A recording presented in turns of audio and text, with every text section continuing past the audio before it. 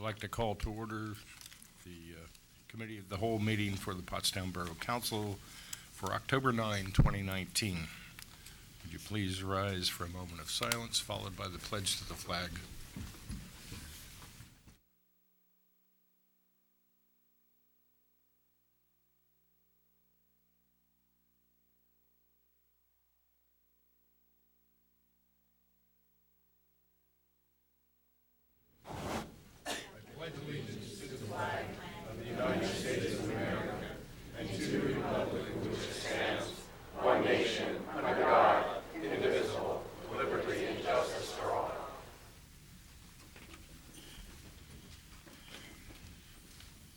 Okay. We always like to start the meeting with good news, and I have the honor of presenting a resolution this evening honoring the Dana Corporation for 100 years of service. It started in 1919 right here in Pottstown. Mr. Phillips. Yeah.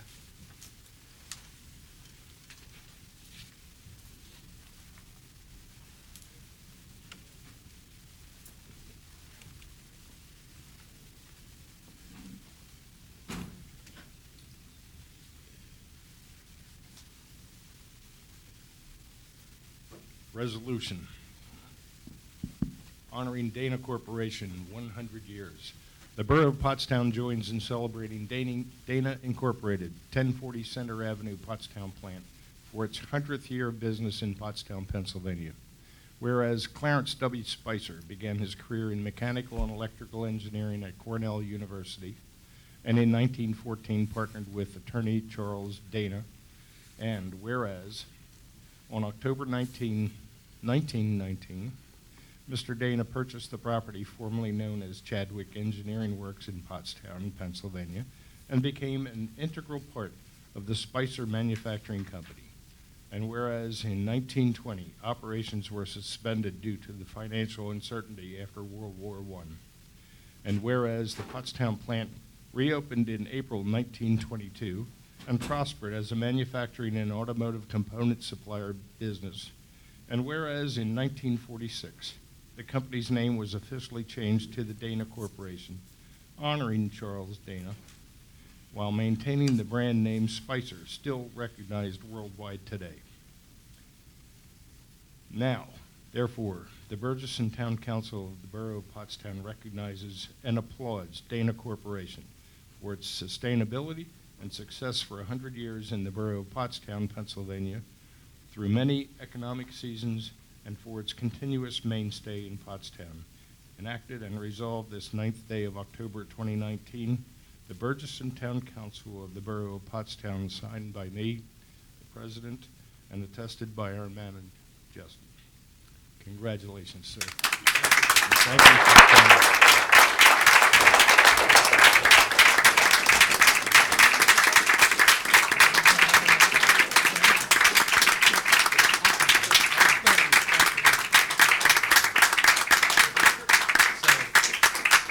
So I had the opportunity to tour the Dana plant last Thursday, I believe it was, and I was truly impressed. This is a critical asset to the borough for our jobs, for our future, and they have a very modern and efficient plant. Walking through the plant, I was met by numerous borough residents that are employed there, and we're just very happy to have a good employer like this in a tough field that manufacturing is becoming even tougher by the day. But you guys have weathered the storm, and we're right here with you to support you going forward. Absolutely. Thank you.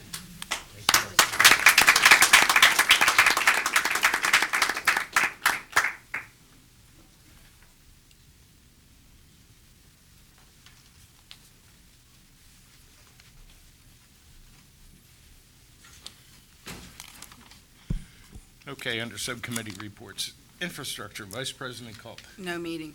No meeting. Economic development, Ms. Lee Clark. I can kind of give a recap for Ms. Clark. She's out on vacation at this time. So Peggy led a tour with DCED Their bureau secretary was on hand in Pottstown. We toured Video Ray, the Ellis Mills building, the Susquehanna Bank building, and a couple other prominent properties, just to put Pottstown back on their radar map, let them know all the great things that are happening here, and all the new business and investment that is going on. They also are working with the Downtown Pioneers Group, which essentially has picked up some of the tasks, but not all of the tasks that Padita had formerly put on.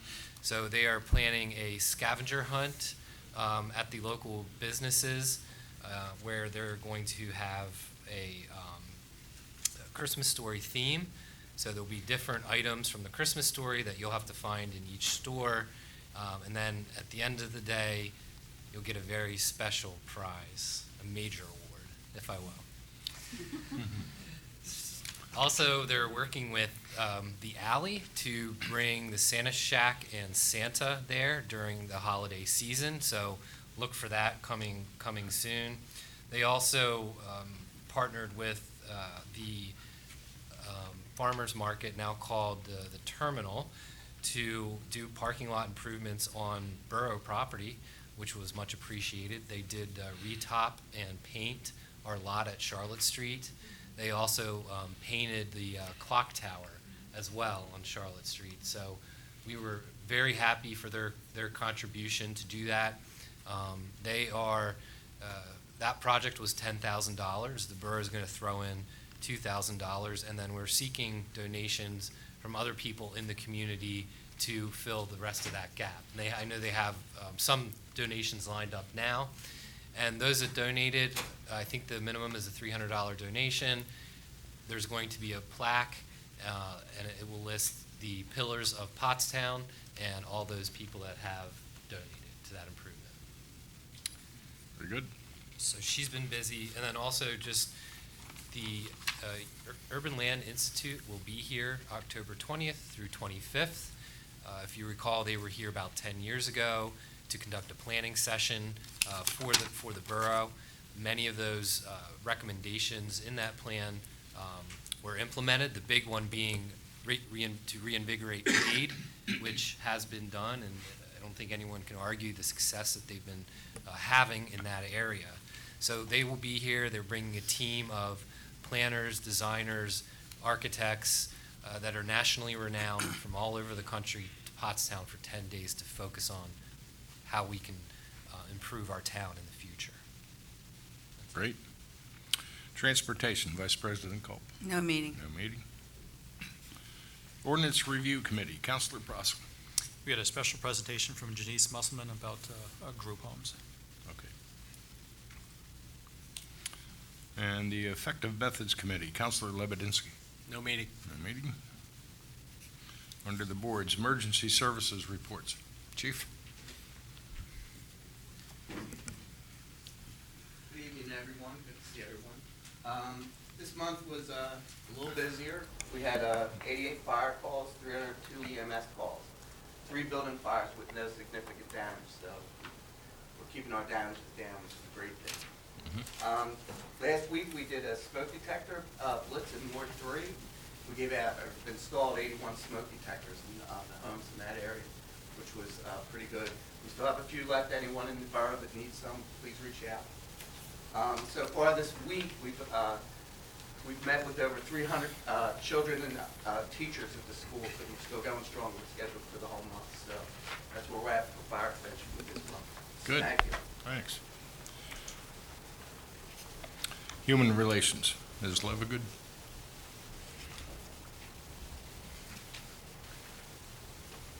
Good evening, councilors, council president, and Madam Mayor.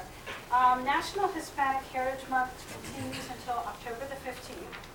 And October is Filipino American, Polish American, and Italian American Heritage Month. Also, the month of October is recognized as National Domestic Violence Awareness, National Disability Employment Awareness, National Bullying Prevention, and LGBT History Month. The Montgomery County Community College is hosting The Long Road to LGBTQ plus Equality in Pennsylvania. It is a traveling panel exhibit created by the LGBT Center of Pennsylvania, sponsored by the Montgomery County LGBT Business Council, and co-sponsored by the Pennsylvania LGBT History Network. The exhibit is on display now through October 18th at the college's Central Campus. It will be on display in the North Hall Gallery on the West Campus at 18 East High Street from November 4th through the 18th. The exhibit is the story of the LGBT plus activism in Pennsylvania, including parts of Montgomery County. Anyone who's interested in the history of that activism, about the legal protections of the LGBTQ plus people in Pennsylvania, or about the current efforts and activism in this area should definitely see the exhibit. The exhibit is free and open to the public. The next thing I want to share with you is on Monday, November the 4th, 2019, from 7 to 8:30 p.m., there will be a program entitled Leadership, Law Enforcement, and Love, Attacking Anti-Semitism and Racism in the Commonwealth. This discussion will be with Josh Shapiro, the Pennsylvania Attorney General, and Chad Dion Lassetier, who is the Executive Director of the Pennsylvania Human Relations Commission. It's going to be moderated by the Reverend Mitchell Pastor, Reverend Mitchell, who's the pastor at Salem Baptist Church in Abington, Pennsylvania. And some of the topics that are going to be discussed is the rising threat of the anti-Semitism and racism, the need for the vigilance by government and non-government partners, and the recent work of the Pennsylvania Attorney General's Office and the Pennsylvania Human Relations Commission. Representatives from the Human Relations Commission plan to attend. And this is also a free event, and that's open to the public too. The other thing is, our commission's October meeting was held last evening, and our next meeting will be held on Wednesday, November 13th, at 6 p.m. in council chambers, and all are welcome to attend. Okay, thank you. Land Bank report, Ms. Penrod. The Land Bank met on September 23rd. We're in the process of combining all possible sources of potential properties, which is more complicated than I thought it would be. Blighted housing, vacant properties, sheriff sales, bank-owned, short sale, tax sales, judicial, just trying to give us an idea of what some of the potential inventory might be. We're almost ready to begin to talk about looking at specific properties. We're getting our acquisition, disposition policies in place. There will be a website where you can all go to read the very exciting policies when they're all ready, which will also serve as, I think, our public education location. The Housing Alliance of Pennsylvania, which serves as a clearinghouse for housing issues in general, but including land banks, will be running another one of their Blight to Bright meetings. They've had several around the state. There will be one here regarding Montgomery County and Pottstown, specific to Montgomery County, and possibly other municipalities in Montgomery County who are interested. So that's going to be a great partnership between us and Montgomery County folks. And that's all for tonight. While you're there, tell us about the library. I'm sad. The library executive director, Michelle Kehoe, is moving on to a fabulous new job where she will be making a fabulous salary as befits her talents and skills. She'll be taking on a position with an executive position with Montgomery County Library System, leading an infrastructure team called McLink. We're not losing her entirely, we're just losing her to Montgomery County. So the replacement search starts immediately. It's a very sad loss for us, but it's a gain for all of the libraries in Montgomery County. She's just outstanding. And if you know of any Masters of Science, library science, send them our way. On happier notes, the pumpkins dressed like literary figures contest is on. I am assured that we'll get several hundred new Facebook contacts at the library because of the intense competition that goes on between the participants with their pumpkins at the library. Please feel free to either submit one or vote. And then the last thing is we have a program the last 4 Saturdays, end of October and November, called Binary Boot Camp, where kids ages 10 to 14 will get computer lessons with the end product of their very own website by the end of the series. So send your kids. And it's being taught by, are you ready for this? A local high school student. Knows more about this than most people do. So that's it. Okay. Olivet Boys and Girls Club, anything, Counselor Kirkland? Yes, volunteerism is short, not because of lack of people wanting to volunteer, it's just some paperwork that's kind of holding things up as far as volunteers goes. But that should be straightened out in the next week or so. Okay. Pretty much there's 3 people there running the place on a daily basis. Hetty Webb is there on a daily basis. Also, Sydney is there on a daily basis, and Rich, which is the only person from Olivet who actually come down on a daily basis. They service about 40 to 45 children on a daily basis. They serve cold lunches. They are conducting programs that include soccer, karate, Girl Scouts, dance, and homework, which is their power hour. In October, late October and November, they want to start a sign language class free to children 6 through 9. They are looking for volunteers, one to work the gym and someone else to do arts and crafts. So if you're skilled in those areas, please contact the Ricketts Community Center. Okay, Thank you so much. thank you. Pottstown School District, Counselor Lindsay. I went to the school board meeting, and they had a presentation for the summer program. There were 2 gentlemen, students, and a teacher, Mr. Bookman, I think that's his name. The project was We Are Innovators, and they created a way to, you know how once food get outdated and it's really not outdated, so they made like food out of the outdated food, and they end up going to Kenya. So they kind of like learned how people lived in Kenya. So it was really nice. It was a nice presentation, and one of the students had a birthday out there. They made him cake and stuff. So it was nice. It was really nice, and they kind of like appreciated what they have here. So it was nice. Was that an outdated cake? No, I don't know. No, Okay. in Kenya, I think it was made from scratch. So Very good. Mayor Hendry, anything to report? How long do I have? All right, 3 minutes. Okay. like everybody else. Happy October, everyone. It's been busy September and October. Last month, I had the pleasure of swearing in, I'll be quick, 2 new officers. I also participated in the strategic planning session for the Foundation for Pottstown Education. There was a lot of great people in there trying to work on getting some funding. We had our Latin Festival. I spoke at the fall fundraiser event for the cluster, and Joe Cerisi was the MC.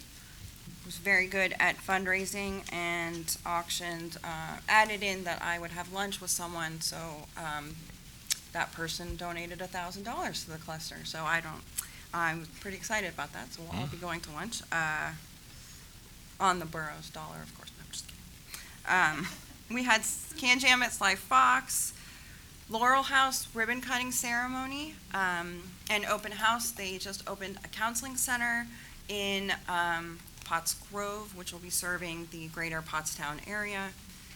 We had our International Walk to School Day, and we did the walking school bus, which was a lot of fun. It was more like the running school bus, but I got my workout in, and hopefully I will be able to do that at least like once a month. Thanks to John Armato for driving me from Rupert, then to Steel River for our community leaders breakfast meeting. And then we had coffee with a cop. Friday, thanks to Ryan Proskol, because we had Rupert Elementary third graders, all 72 of them, came for a field trip to the mayor's office, the police department, and Judge Palladino's office. And Ryan and I hosted them up here, and they had a lot of fun. And if you look on my Facebook page, you will see all the next generation of council and leaders in our community. Great. We also had Edgewood Cemetery cleanup on Saturday. I'd like to thank Andrew Monastra, the Hill School, and a special thanks to the Pottstown Middle School kids who came out and helped. There was so many people. It looked great. We had Cheesetoberfest that day as well, and I think Tri-County won. There was some really good grilled cheese, wasn't there, Trinita? It was. And then Monday night, we had our PCA meeting. We will be replacing the pavers at Chestnut and Washington Street Park. There's a lot of pavers missing, so Genesis got a grant and to get the pavers, and we'll be installing them in the next couple weeks. Yep. Hopefully when it's not, before it gets cold. And this weekend, Saturday, we have our first Oktoberfest in Smith Family Plaza from 1 to 10, which is presented by the pub. And the National Night Out is also presented by 422 Sportsplex. There are so many activities, and the amount of businesses participating, we would be here all night if I read them all. So go on Facebook, check it out. Come on Saturday, anytime between 1 and 10. It starts at Smith Family Plaza. There's some events at the 422 Sportsplex, the little gym, all over High Street. The 14th is Monday. The Pottstown Athletic League Food Truck Festival is from 5:30 to 8 at the Copperfield Inn. Tickets are available online or at the door. The 19th is Haunts on High. Trinita, that's at noon. Yes, I Okay. think that is it. The 22nd at 6:30, we have our Halloween parade, which starts at the Goodwill Fire Company. Judging for the costumes begins at 6 or 6:30? 6? And then the parade starts at 6:30 and 7? It says 6. All right. 6, costume contest, Goodwill Fire Company. 7 is the parade. And I always participate in the parade. I usually go with Rotary, and it's been really difficult for me to come up with a costume this year. I have just been asked a couple minutes ago by Pottstown Cares. I guess they are doing a very large float and would like me to be the mayor of Whoville. So I may do that for them because I haven't gotten a costume yet. They're going to do How the Grinch Stole Christmas and hand out candy. So that should be fun. Then we also, that was the 22nd. The 26th, Manatawny is having their costume contest starting at 7:30 to 10:30. The contest starts at 8:30. I have been asked to judge, so come wearing your best costume. And then, and then the 31st is Halloween. Trick-or-treating begins at 6 and ends at 9. So be good to the kids, hand out some good candy. 6 to and 8. What did I say? 6 to 9. I wrote 8 and I said 9. I'm sorry. 6 to 8 on the 31st. And I think that about does it. If you'd like to see what else is going on, check our Borough calendar or Facebook. Very good. Was that 3 minutes? At least. Okay. It's longer than 3 minutes. So, and for our manager's report, Mr. Keller. Okay, on the grants front, we did receive $281,000 from DCED through their flood mitigation, and this will go towards emergency arch repairs and further engineering studies of our stormwater arches. We also received $56,000 from DCED for environmental assessment and remediation plan work as a part of the cleanup at Pollock Park. So once we have those remediation plans in place and approved, we'll then be able to go out and seek funding for the actual construction work that would remove the contaminants from the ground and cap them, along with the new improvements. We've got good news from the S&P Global. They provided their financial report card for the borough, and they maintain a AA rating and a stable outlook. And this rating was provided as a consequence of our most recent bond issue. They ranked us very strong in the categories of budgetary performance, budgetary flexibility, liquidity, strong on debt liability ratio, with debt services carrying charges of only 1.9% of the total budget, and also a strong institutional framework, So this means we're doing a whole lot with very little money. basically. Okay. One area of weakness was the lack of a long-term capital plan, which we plan to address through the 2020 budget that we will present tonight. And I just really want to give my thanks to our finance director, Janice Lee, for all her hard work since she has been here, and the work of her finance team as well to really get the borough's finances into much better shape than what they were 10 years ago. Trash update. So at the last meeting, we were awarded the next 3-year of the trash contract with JP Mascaro. We are working on informational flyers that will be provided in upcoming utility bills, along with a postcard to go to all residents that will highlight some of the changes under the new contract. Those changes include new trash toters. So new trash toters will be getting delivered either sometime at the end of the year or the beginning of 2020. There'll be more information on those dates on our postcard. So if you see someone coming and taking your toter and replacing it, that is a part of the contract that we signed. We are going away from the very obtrusive red totes, and we're going to get gray totes, with the hope that they're going to blend in a lot better to the surroundings. We got a lot of complaints about the color of the red totes when they're all out on trash day. And also, there will be information, again, a reminder, there'll be one bulk item pickup per week, and this will be strictly monitored and enforced. In fact, Mascaro will be installing 4-way cameras on all their trucks so that we can easily identify those that abuse the bulk program. And we also encourage residents to help be our eyes and ears. If anyone is, excuse me, either residents or Mascaro, if they're not adhering to their responsibilities, we want you to let us know. So we'll be providing the information in the postcard of how to best contact us to address some of those issues. And I just want to thank the Pottstown Housing Coalition, their trash subcommittee, which has been helping us throughout this whole process. They're going to help us develop the flyers and communication materials, and they provided valuable insight in implementing the contract. They really were a pleasure to work with. And lastly, on October 18th, PCN will be in the borough to film all of our wonderful businesses and attractions as a part of PCN's Explore PA series. So there will be an entire show devoted just to Pottstown.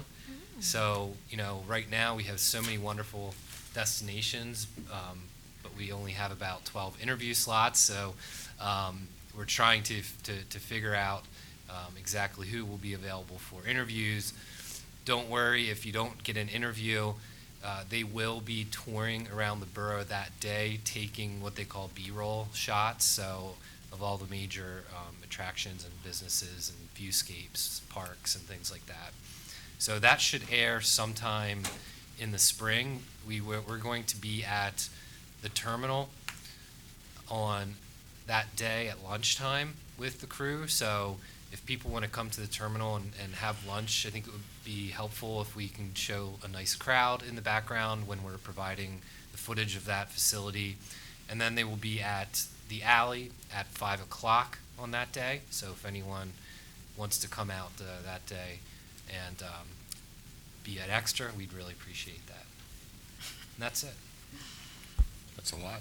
There Thank you. was more. Okay, number 8, the 2020 census briefings in Montgomery County. Ms. Johnson? Good evening, everybody. I'm here with my colleague who is a Pottstown resident, Tricia Reddy Jones. I'm Victoria Johnson. I'm a partnership specialist with the United States Census Bureau. We have, in our region, we have 8 states and the District of Columbia that we cover. I came out of retirement after being a political science professor to do this because I cannot imagine having more fun than working on the census. It's the Super Bowl of democracy. We just want to count everybody. We understand that there are issues in terms of people's trust levels, confidentiality, and also understanding what the census means to you here in Pottstown in terms of funding. So we have a very intricate, long presentation that we're really not going to have time to do because we only have 10 minutes. But we have given that PDF to Virginia, and she has graciously agreed. Thank you so much for helping us get ready for tonight to share this with you. The census is constitutionally mandated. Since 1790, every 10 years we have to count everybody. People say, well, why do you have to count everybody? Well, if I was a teacher and I was going to school and I was preparing for my class and they told me I had 10 students, but I ended up with 40, somebody would be short. If I am going to look for housing and they tell me that, the housing accommodates a certain type of population and yet I get there and I can't, I find there isn't enough housing for me, somebody is going to be short. So the purpose for the count is so that we can prepare for the Girls and Boys Club, the rec centers, the schools, the libraries, the things that we all use and value. So basically, I just want to say that the census is very easy, it's very safe. I've left my card, and we'll be here for a minute to answer any questions that you may have. But I'm going to just quickly. We have about 3 minutes apiece to say something. So the educational phase, has started. The actual census day is April 1st. Don't ask me why they picked April Fool's Day. But the actual census day is on April 1st. This time you have the opportunity to respond 3 ways. You can do it by mail, you can do it online, you can do it by phone. In the past, you simply did it by mail. We are trying to eliminate the expense of having people come out so that self-response is very, very, very important. If we are able to have people self-respond, then we will not have to send as many people out. If you do not answer any of the questions, or if you don't answer a portion of the questions, someone will come knock on your door. So we are hiring. We are aggressively hiring right now. We have jobs and we have information, www.usajobs.gov. We're seeking to hire people in the neighborhoods where they live because people trust people that look like them, that talk like them, that know what they know and are familiar. So the price, the salary range is up on the board. It's very good pay. The part-time jobs are very flexible. You can do 10 hours one week, 20 hours the next week, 30 hours the next week, depending upon your schedule. I believe it's like from $15 to $35 an hour, depending upon which you select as the job of interest to you.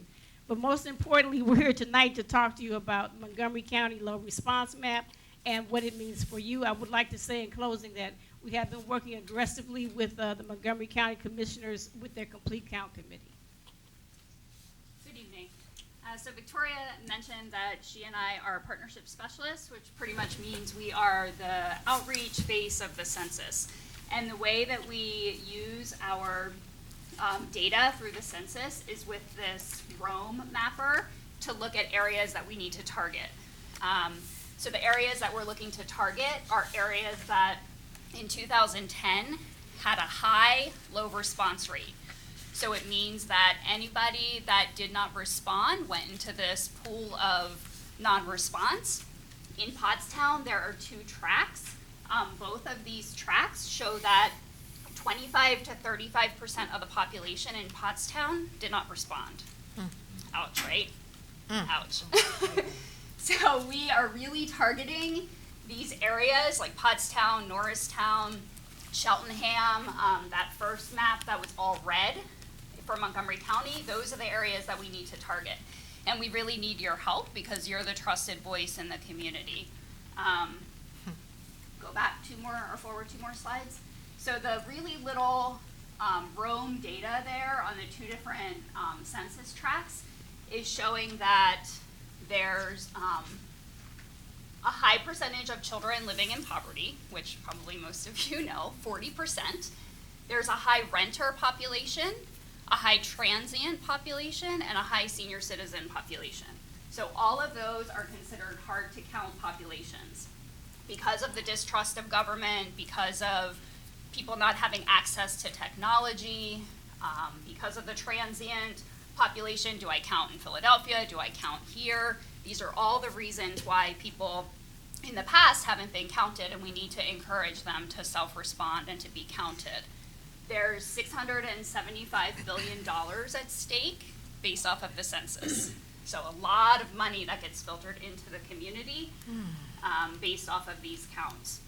So one way that municipal governments can help is through helping with advertisement on websites, on Facebook, through newsletters, through reaching to the residents, telling us when there's upcoming events. Like, that was wonderful. I was making all kinds of notes about the events that are coming up, partnering with the borough manager to help get the word out. We can also encourage you to form a complete count committee, and really that's just a group of professionals who know the community. So it could be elected officials, school district officials, executive director of nonprofit, faith-based folks, working together to help spread the word. So Dr. Johnson had mentioned that there's a complete count committee in Montgomery County, and there are some of the local nonprofits that are on that complete count committee. There's also a separate complete count committee in Norristown, so we're really hoping that there will be one in Pottstown to help get the word out. So the time to prepare for the census is now. We are 6 months out, 175 days to be exact. It's the time to coordinate our efforts and really reach out to the communities that are the hard to count population and encourage them to respond.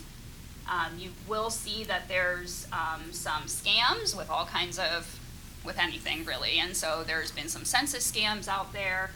So we just want to encourage everybody and remind everybody that when the enumerators do come to knock on your door for the people that don't self-respond, that they will have a badge, they will have a bag that says the census, and a laptop. So we have a picture to show that, and it'll say census numerator.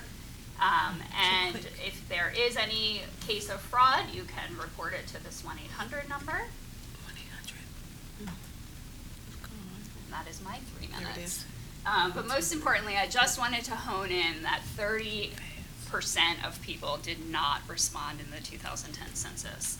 And Pottstown has grown since then, and we don't know what that number will look like. We're hoping it's 0. So that's what our role is, and that's what we're trying to partner with all of the community members and the elected officials. Please connect with us on Facebook, YouTube, Instagram, and Twitter. Thank you. Any questions? Just curious before, I mean, when the last census, when you sent the enumerators out to check up on the houses, did people just not respond then? Was that, I assume that's right. Why, or the. And this is just the said, first time no, that they the didn't want to? response Okay. has been encouraged for people to respond online. In 2010, there wasn't that encouragement. It was, Victoria, was it just paper and then? Just mailed, and then if you didn't send in your survey, then you got the door knocker. Now we're encouraging online, phone.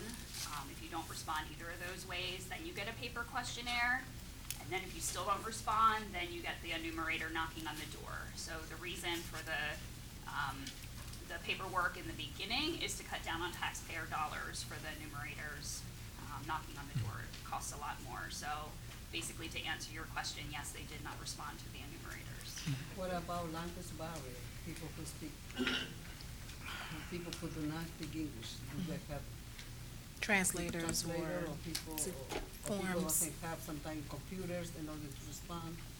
Yeah, so with the languages, it's, the census questionnaire will be available in 12 languages and English. Oh, okay. There will also be a 24/7 phone number that you can call and request the information in the other languages as well as online. And then as far as the enumerators, we are looking to hire people that live in the community who speak the language of the community. And about the computer question, so we are partnering with local libraries to offer space. So if you don't have access to a computer, you can go to the library and you can complete your census questionnaire there.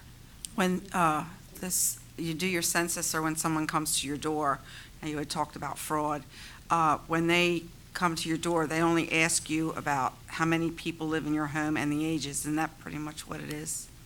It's name, age, race, gender, phone number, marital status, who else lives in your home, and whether you own or rent. And they don't ask any kind of personal questions like your social security number or anything like that? No. So if anybody would ask any kind of personal data, that's somebody that would make a light bulb go off, right? For the 2020 census, yes. Yes. Yeah. Any other questions? How often do you do the census? Because you said the last time they did it in Pottstown was 2010? It's every 10 years? constitutionally Oh. mandated every 10 years. Because of 2020, okay. So this is our, what, 43rd? The census never goes to sleep, you know, even though we think of just the decennial, which is the every 10-year count. We're always doing surveys about housing and healthcare and education. And so you will, people say, well, but they came by my house and they asked me a lot of questions. That would be a survey. That would not be the decennial. Okay, The decennial is 10 questions. We just need to count everybody. okay. Anything else? Thank you. I look forward to working with you. Well, good evening, council, mayor. We're presenting the 2020 draft budget for the Borough of Pottstown. Included our little mission statement there for you. Yeah, so let me just kind of take over here. So one of the big things in 2019 was the EIP study, which was a financial and management audit. Obviously, this layers into our budget in a multitude of different ways. So we just wanted to go over some of the things that we've accomplished from the EIP thus far. So you will see in this budget, we are proposing a multi-year capital program. That was one of the recommendations from the EIP. And this would be instituted for the general fund, fire fund, parks and recreation fund. Along with that, we want to start to reestablish regular contributions to the capital savings fund, which we think, as we'll show later, will help to deter large tax increases in future years, because we will be paying for that over a number of years instead of one day, oh, whoops, our fire truck broke, we need to buy a new one, and the budget spikes. So really putting us on better financial footing going forward. That was also a recommendation from S&P Global. Also in the capital plan, we want to take a more proactive approach towards our stormwater arches and start to allocate more money towards addressing them before they become emergency repairs. And we leased the Manatawny Green miniature golf. That was implemented in the spring. The other recommendation was to request donated funds.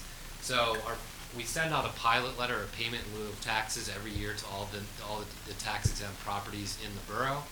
This year we're taking a little bit of a different approach. We're allowing them an option to either do a pilot or do a donation to one of the items in our capital program. So a donation to a police car, donation for Memorial Park Bridge, a donation for a fire truck, so on and so forth. So the other real big one that I think we've accomplished this year is to control healthcare and pension costs. You'll see our MMO and what that's up to this year. We presented that last meeting. One of the ways we do that is through changing our existing collective bargaining agreements. In the AFSCME agreements that was passed, we were successful in getting healthcare contributions increased, along with a spousal waiver clause. So if the spouse has coverage at their place of employment and they do not take that coverage, they would be charged a penalty under the new plan. And then very big for the borough, maybe not in the immediate future, but in the long term, is we've moved from a defined benefit plan, otherwise known as a pension plan, to a defined contribution plan, which is more similar to a 401k plan that most of the private sector enjoys. So those are the things that we've accomplished so far as a part of the EIP plan. We still have a lot to go in that regard. So I just want to take a step back a little bit and refresh everyone where we've been, where we're going. You can see here our general fund budgets from 2014 to 2020. There was a big spike in our general fund budget in 2015, but that was due to a seed money transfer from the general fund to the capital fund for future improvements. Since then, our overall budget actually declined for a few years, and then it went up very marginally in more recent years. And I think this is really a testament to all of the efficiencies that we were able to get out of our staff, and also just operating more effectively. So essentially operating within the same budget, plus or minus $500,000 within a 6-year time frame. So again, just to reiterate, this pie represents your total tax bill. 73% of that goes to the school district. 20% goes to the borough, and approximately 7% goes to the county. So as you can see, a lion's share of your total tax bill goes to the school district. So if you have a tax bill of $4,000, the borough portion is only about $800 or $900. And for all that, you get your streets, your police, your fire, your public works, your parks and recreation, and much more. So here's some of the headwinds that we've been facing over the past decade or more. We've seen declines in our real estate assessments. Some years the declines were sharper than others. In 2017, we experienced a significant drop of assessed value due to the sale of the Pottstown Hospital to a tax-exempt status. So we continue to weather through that, and so far the previous 2 years the assessments have been dwindling. We're not seeing as many people file for assessments, and then the assessment reductions that are coming through to a lesser amount. So that's positive from a revenue standpoint. If we can just keep our assessed value level, that'll be very important going forward.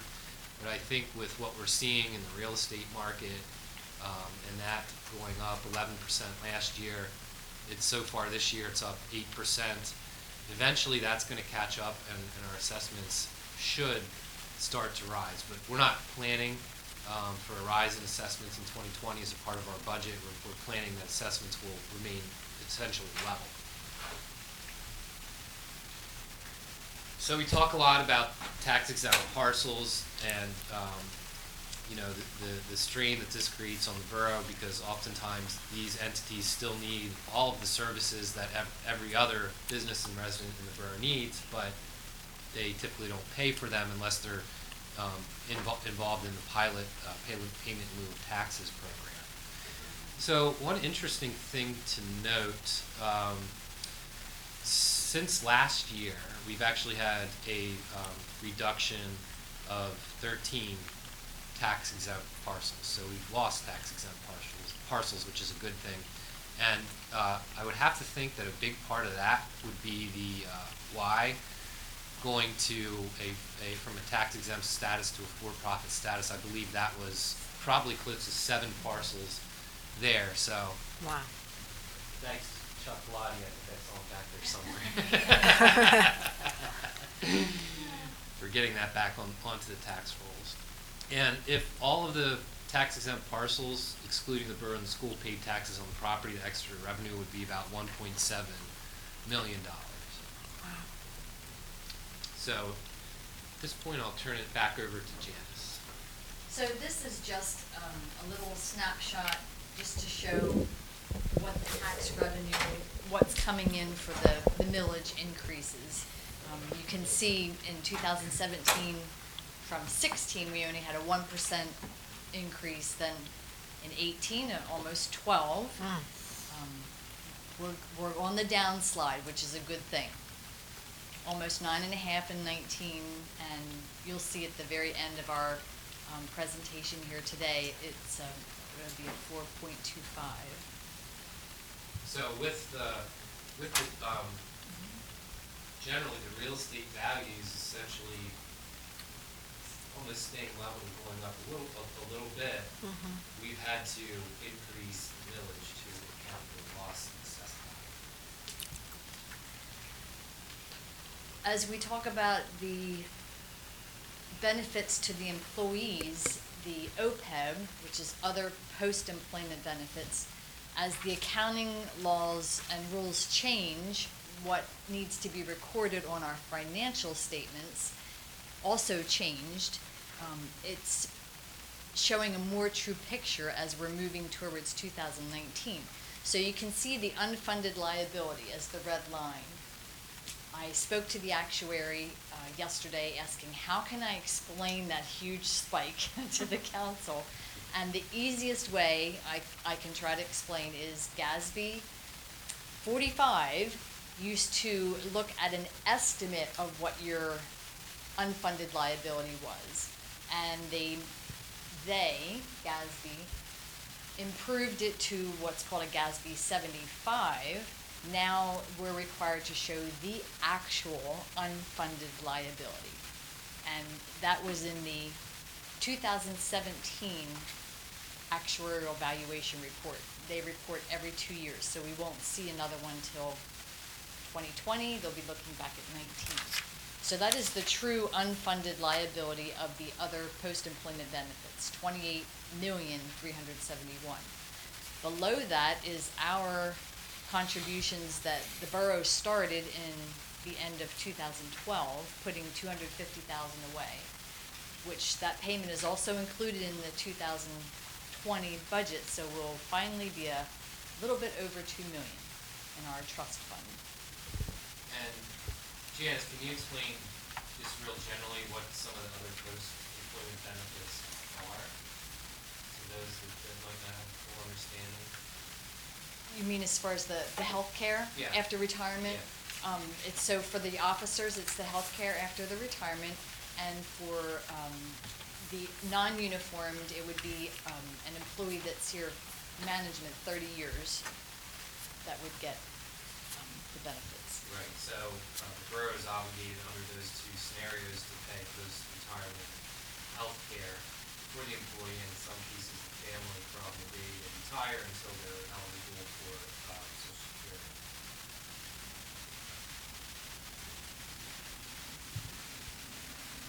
So along those lines of the pension, this is the increasing MMO, the minimum municipal pension obligation. The 2020 MMOs increased again. There's a new public sector mortality tables. The actuary recommended that it's used, along with the investment earnings that fell a little short in the end of 2018.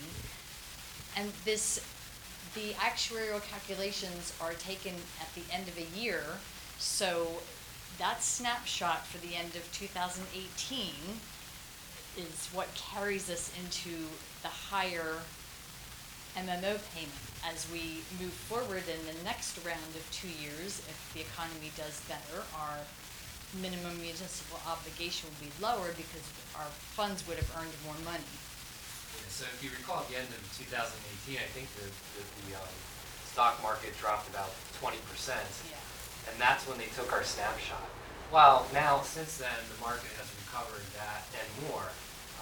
So really, it's not as bleak of a picture as one might think, but per the actuary rules, we are required to use that snapshot to determine our contribution. So I'm hoping that if the market maintains on a decent track, that we will have essentially overpaid, and next time it won't be as big. It also helps us, our percentage of funding increases.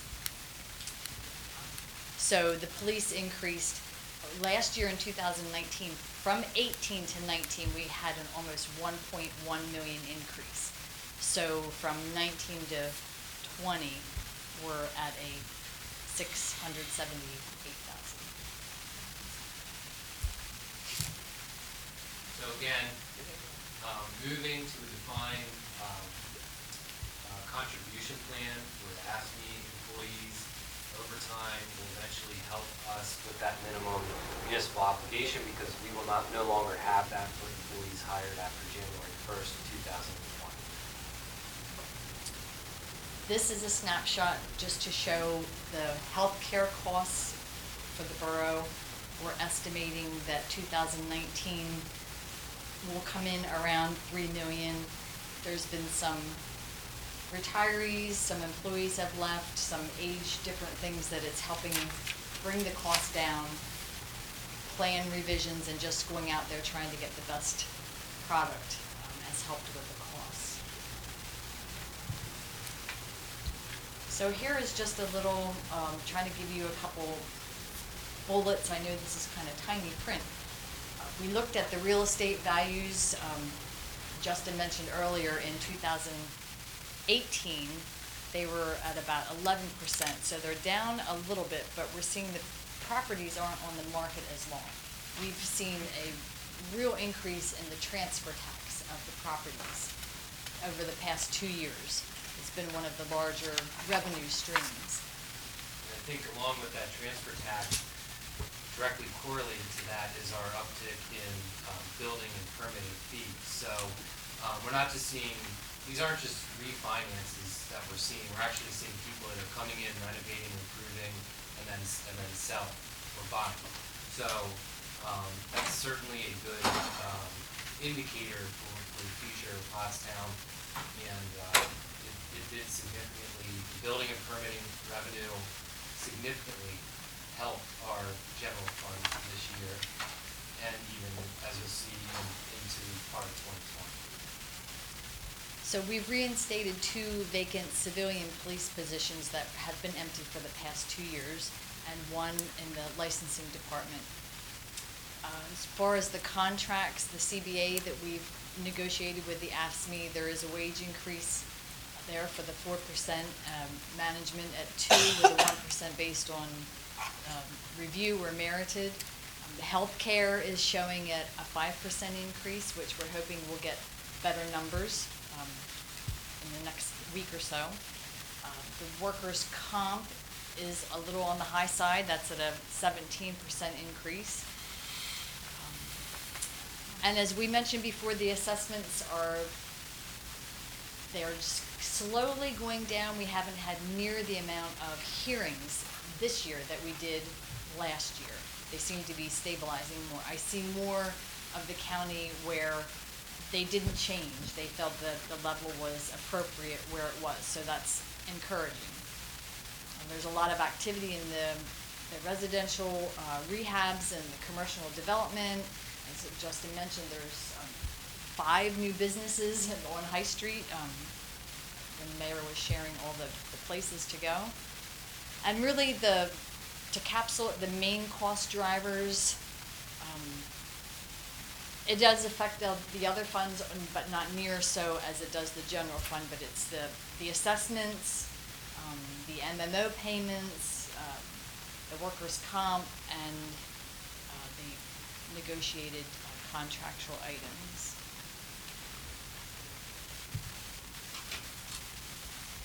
One of the recommendations from the EIP study and off of the S&P report that we received is the need for a capital plan.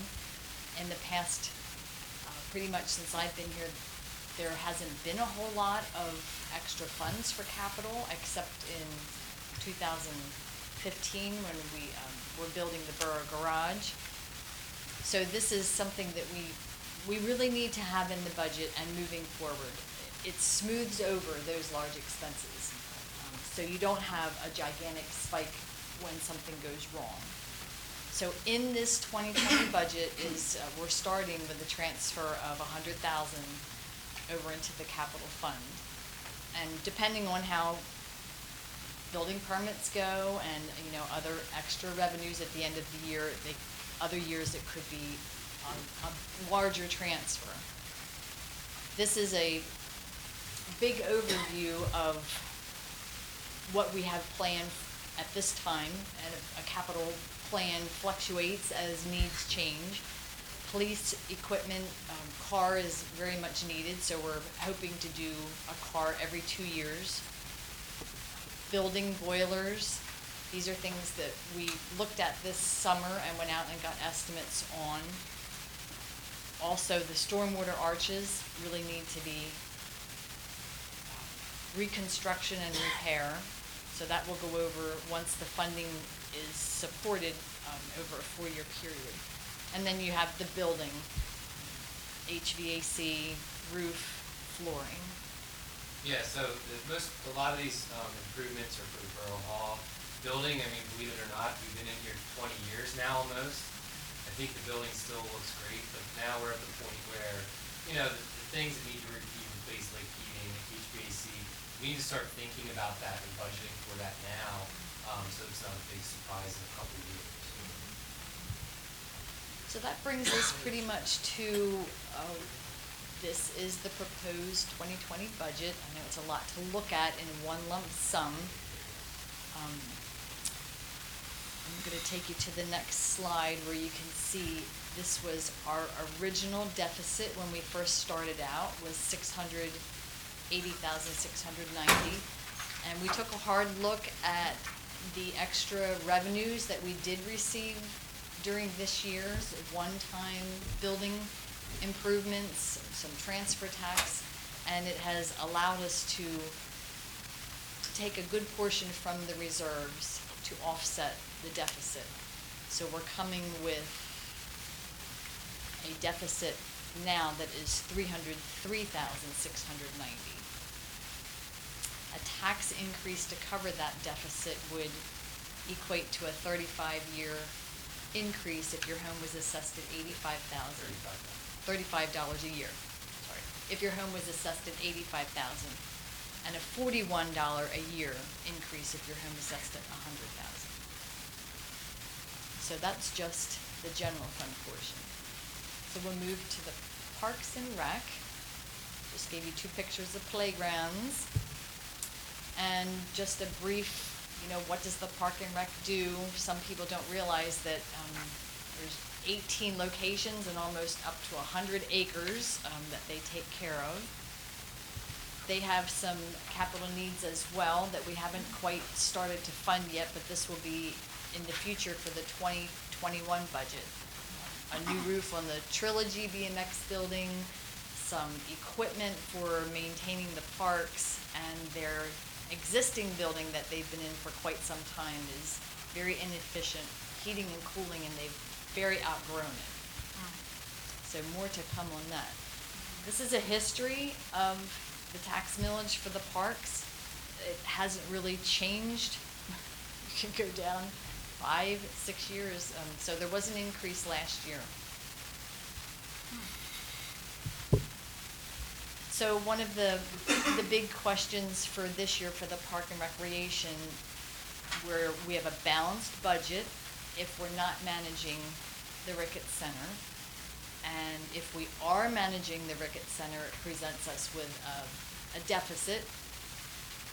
We would need a tax increase to cover that, which would be $5.60 a year if you had a home assessed at $85,000, or $6.60 a year assessed at $100,000. So I just want to caution everyone, this deficit for the parks, if we take on the Ricketts Center, that would be the anticipated year one deficit. And a large part of the funding from the Ricketts Center comes from the Health and Wellness Foundation. So if that funding were ever to start to taper back or dry up, obviously we would be looking at, future increases in future years, potentially to cover that. So I'll let you go with that. Well, yes, and I failed to mention that with them, with our Park and Rec managing it, that includes $100,000 extra into the revenue that we didn't have before. So there would be slight increases as time goes over. I kind of looked at if the third-party funding were to come to an end, there would have to be more tax increases. And the analysis doesn't include wage and benefit increases as well as utilities and doing business. So that's the Park and Rec. That brings us to the fire department. Just wanted to again show their millage and the history of their increases. The fire department made up of the 4 companies: Empire, Goodwill, North End, and Phillies. This is just a little historical of the total number of data, the responses that they've made during the year, which they're a little bit down, but we want to say that's a good sign. Everybody's being safe in their year-to-date figure. And the fire chief, he's responsible for the fire calls, record keeping, admin. Then he also does some inspections along with L&I staff, reviews building plans. And here's the big part of the fire fund. Their inventory is a little aged and outdated. So getting a capital plan for the fire equipment is a very large part of what needs to happen going forward. I think one of those trucks is older than me. Which one? So the bottom 2 ladders the borough owns. And as I move into the next slide, we're looking at the 1980 and the 1994. So the top one and the third one down would be the first ones to be replaced on the capital plan. So we're going to focus on 2 areas. The number 1 area is the engines that will be needed over the course of some years. And the 1981 would be replaced in 2021, and the 1994 would be replaced in 2025. The second part of the funding is for a ladder truck in the year 2029, which we hope to have more than $580,000 at that time. So there'll be continual transfers of reserves over the years to get to the point of the purchases that need to be made. But we do need a tax increase to make this plan happen. Yeah, I think that the borough has been very good. We have, as you saw, we have very little debt that is outstanding. I think that we want to try to keep it that way. If we have the ability, we can essentially loan the money to ourselves, and we can park it in a capital fund where we can at least make some moderate interest on it instead of paying interest to a loan. So that's really the direction I think we need to start to head into. This tax increase would continue to fund the capital plan. It boils down to $11 a year for a home assessed at 85, or $13 for a year for a home assessed at 100. And of course, we are going to be very aggressive in pursuing the grants for fire apparatus. We already have one consultant engaged for a grant application. So if we end up getting one of these grants, that's even better, and we can shift things around in our capital plan and maybe purchase things sooner if we need to. This is a reminder of where we were a couple years ago. The theory of if you don't do little increases over time, how it can then affect the spike of the large increases. So you can see from 2010 to 2017, not a whole lot happened, and they're highlighted on the right-hand side, which caused then the 11% increase in 2018 and the 9% when we went to 19. So we're hoping that this won't happen again for the Borough of Pottstown. We're going to be more conservative and minor steps as we go along. So this brings us to the final. This is what it would look like. There's, still some uncertainties with the park fund, but this is taking care of the general fund and the fire fund. The total would be a $46 a year increase on an $85,000 home, or a $54 a year increase on a $100,000 home. And that's our budget presentation. Any questions? Actually, there seems to be kind of a misconception that all the recommendations that were given by the EIP that you guys ignored or did not, I do have this in a handout, so I'm going to hand this out while you're asking questions. But obviously that's not the fact. You guys have, carefully considered all the recommendations of the EIP, and even though it's not a 0% right now, it would be far worse had you not. No, yeah, we take those recommendations very seriously, and we try to implement the ones we can as soon as we can. Some of them take a little longer to implement. I mean, fortunately, we have two CBA negotiations this year, so the timing was good, so we can try to implement some of the recommendations into those. Because otherwise, you have to wait another 3 years or 5 years or however long until the contract expires to try to get some of those things. But we'll continue to chip away at it, and it certainly gives us a valuable path forward. And I think it's also very important to understand that both the EIP and that S&P Global are recommending that we start to develop a capital plan. We're hearing that from multiple sources now. I think you mentioned too, if we have a healthy capital plan, when grants immediately do become available, I think that's what you said, and that we're not scurrying to try to find the money. We have it right there to get it right away, right? Mm-hmm. Correct. Justin, you had the school board, the borough, and what was the other? The county. And the pie. Yeah, what is the county consist of? Like, what did that money? They're about 7%. Yeah, that was at the very beginning. Yes. That little pie chart. Yes. I'm just curious, what was the city? I'm sorry, what was the question? So our taxes, a big chunk of it is a school board. Here we go with the fair funding thing, but so that was topic. Yes, thank you. And the borough is 20% and the county is 7%. What is that 7%? What does that consist of? What comes out?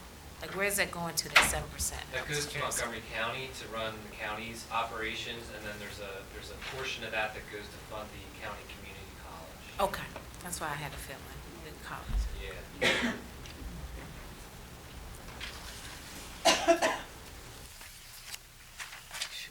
Any other questions? Nope.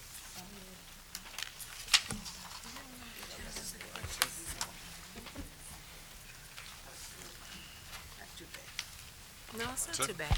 Thank you. All right, well, we'll continue to work on this. I think we might be able to get it a little bit lower by Monday, and if you're so inclined to move forward with this budget.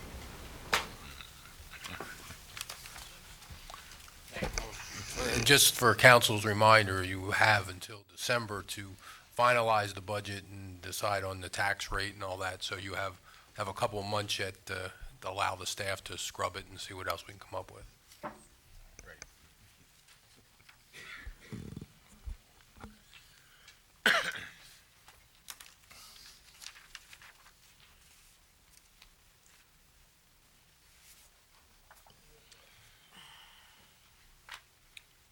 Okay, do you have an order presentation?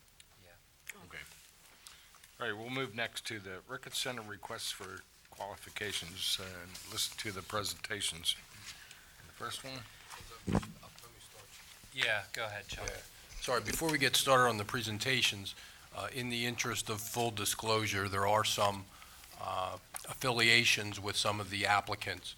So I spoke with Councilor Paez before the meeting. She is affiliated with the CCLU. They are one of the applicants that are here. There are provisions under both the Borough Code and the State Ethics Act that would potentially cause some issues.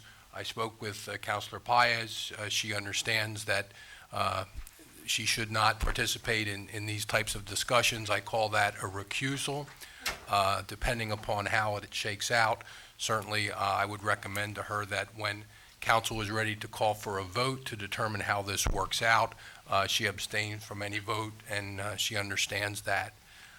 The second disclosure, and again, not that it involves elected officials, but for purposes of transparency, my partner, Matt Hovey, is on the board of directors of the Boyertown Multi-Service.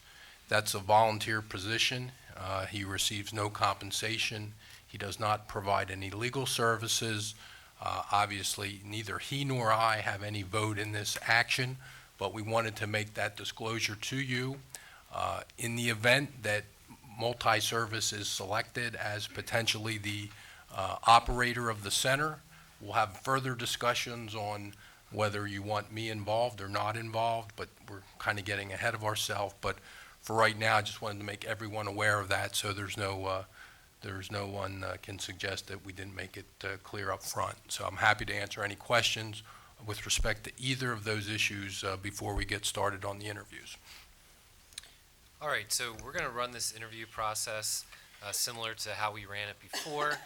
There will be a 5-minute time limit for the presentation, followed by a 5-minute Q&A period for each of the presenters. We would ask that all of the presenters leave the room when the other team is presenting. So we will go in this order.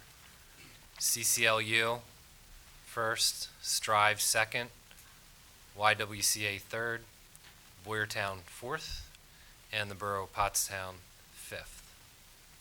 So any other groups that are not affiliated with CCLU, I would ask that you please step outside for a minute.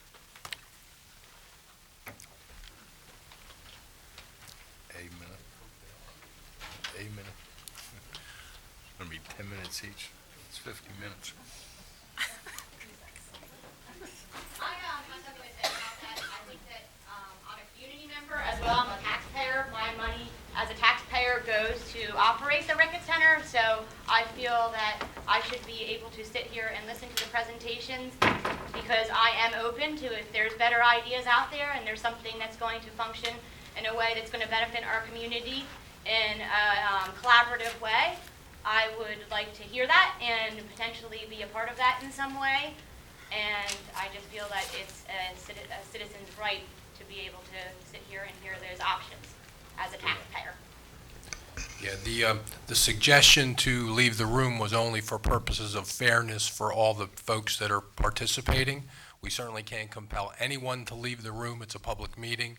We're suggesting guidelines for the purposes of fundamental fairness. But if you choose not to do that, we can't force you to do that, but we would urge you to do that considering the process. So there won't be a presentation from CCLU tonight, so we can move to the second presentation, and council can discuss if there's the ability to have the presentation potentially at your next meeting. So that's up to you.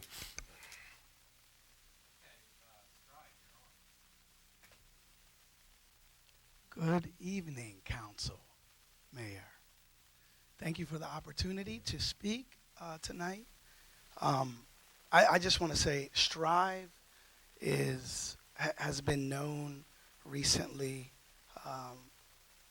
within the recent months as an organization that is allowing the community to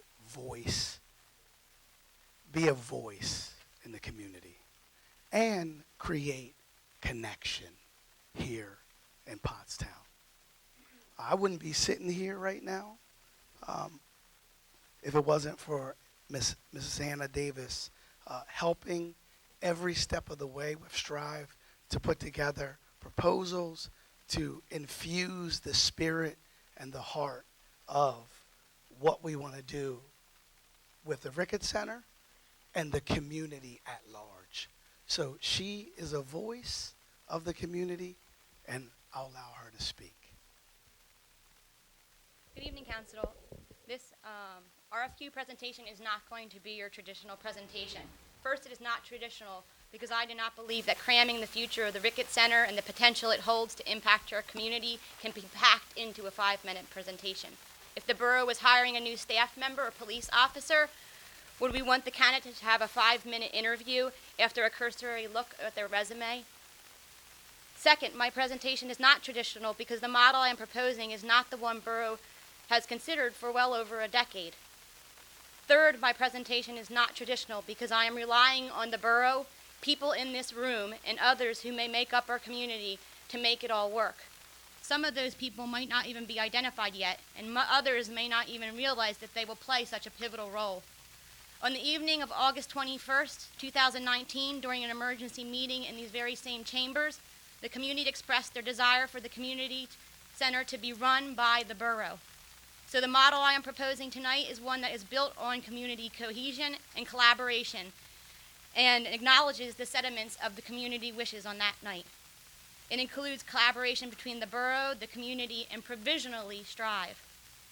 The presentation might not contain all the answers that you hope for this evening, but I believe if you want to do something collaboratively and you want to do something properly, to really do it right, you don't rush into a decision. You explore models, you brainstorm, and you don't worry about looming deadlines. You rely on the collective impact of community assets. Just in this room alone, we have a wealth of internal assets. Community spirit and qualified individuals who, if collectively working together, can demonstrate all the necessary qualifications that were outlined in the RFQ.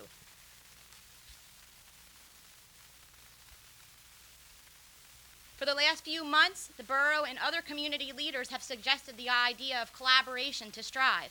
So I am suggesting that to the borough. Take your own advice and collaborate with the community. Collaboration has become quite the buzzword, but is also a word that has varying definitions and is subject to interpretation. So in entering any collaboration, it is recommendable to define what that means and what the expectation, roles, and responsibilities of collaboration entail.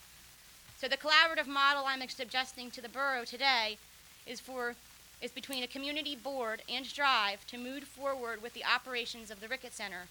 It was never the intention for Strive, myself, or its representatives to assume permanent operations of the center. Instead, the model was based on working with the borough, the community, and others to build a more inclusive, sustainable, and empowered way forward. I am committed to a model that is centered on these two options. Number one, Strive, myself, and the borough will work together to develop and implement a functional, trained, and competent community board to include many of the qualifications and criteria that the borough is looking for in a community center. Strive will phase itself out after leaving governance and operations to a joint effort between the borough and the community board. Strive will continue to play a programmatic role if needed and necessary. The second option is Strive and the borough will work together to develop and implement a qualified and functional community board, and Strive and the borough will assist the community board in the creation of an autonomous 501c3 entity which will be equipped and ready to govern and assume full responsibility of the community center.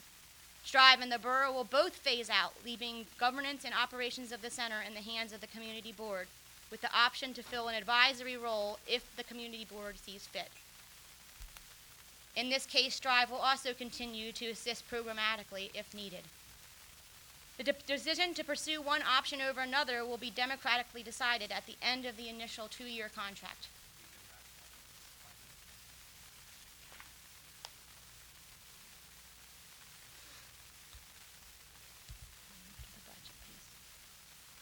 Some of the main concerns about the Strive's original budget had been that it was too ambitious. My personal belief is that you get what you pay for. If you want qualified staff who are committed to a cause, you value them. If you want certain skill sets, you pay for them. You have to take the risk to invest before you see any return on investment. We have been so disciplined to measure success in dollars and cents that we've become so caught up in that we forget that community connections and equitable wages are the key determinants of a healthy community. Okay. So at this point, we would open it up for any questions from the counselors. You mentioned you'd be willing to collaborate with, you know, if the Pottstown Borough took over the Ricketts Center, just hypothetically, if they did not, if we awarded the contract to either multi-service or the YW, would you be willing to collaborate with them as well? One of the options that I even just thought of last night is that, to me, a third option that we didn't even really think about, because I sit up at night thinking about these things, about the center, because it's something that I care about, is that a third option would be everyone who's presenting tonight works together to do a collaborative model and bring their distinct competencies to the table. One of the reasons that I'm sitting here is because I volunteered at the Ricketts Center for close to 2 years. I saw the problems that were happening there. I went back to get my master's degree in nonprofit management, and I'm willing to use that skill set because I do believe that a functional community values its internal assets, and the community gives of what they have to make it better. So collaboration will happen if possible, because it's about the people, it's about the community, and we want that to happen. So your second option was, if I'm wrote this down correctly, to Strive and the Borough work together along with a community board. Mm-hmm. And a 501c3 will be formed, right? It will be formed under the board. The community board would Okay. form one. Okay. And then Strive and the Borough would phase Phase out. Be phased out, yes. Okay. And just so you know, when you think about Strive and us bringing a proposal to the table, I believe myself and Hannah and other professionals in this community could run the center. I believe that. But democratically, decision-making hasn't been done in the past.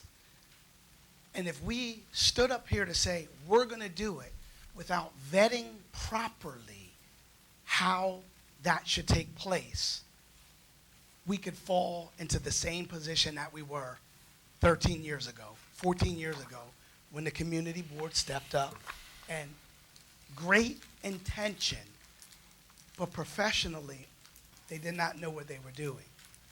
So it was a great, but I wasn't going to stand here and put myself and claim to be the man when the process should be a hiring process, a vetting process. Do you have the qualifications to run a community center? Do you have the history? Do you have a working model? That's what's important. Do you have the funding to do so? Collaboratively, we all do, don't we? I don't have the funding personally. Does Strive have the ability to raise the funds required to keep the Ricketts Center sustainable? At the last Borough Council meeting, Michael Lenhart shared a proposed budget if the Borough would run that center. It was a little shy of $200,000. Right. We talked a little bit tonight in the budget process about how much the borough contributes and whether or not they contribute going forward. That was roughly $40,000. Health and wellness is currently giving between $80,000 and $90,000.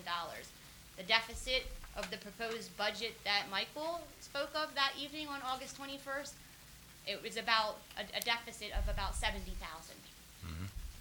Do I believe that the money can be raised? I think that every single organization who sits here tonight, they may have money in reserves that's allocated, but it's a little bit difficult to raise money for something that you don't even know is going to happen. So they may have pledges and commitments, but it's hard to fundraise when you don't even know if it's a definite. So, I mean, I think that there's a power to the borough and the community working together in terms of fundraising. There is community development block grants that the borough is in a much better place to get and to go after than community organizations unless they have a community development status. There is funding that the community is in a much better position to go after. We can use the example of the hospital and the relationship with the borough at this point. At this point, the community is in a better place to solicit money from the hospital.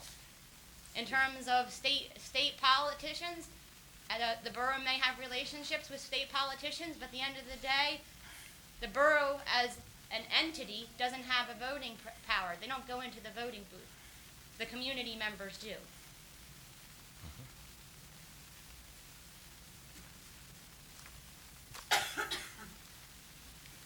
That's it. Any other questions? So what you're proposing, would that be similar to the program that you made up for us when originally before we had made the decision to take Olivet again? Would that be similar? It would be similar in the respect that if anyone read that proposal carefully, they would have seen that the key thing in there was that Strive was going to represent the voice of the community and what the community wanted.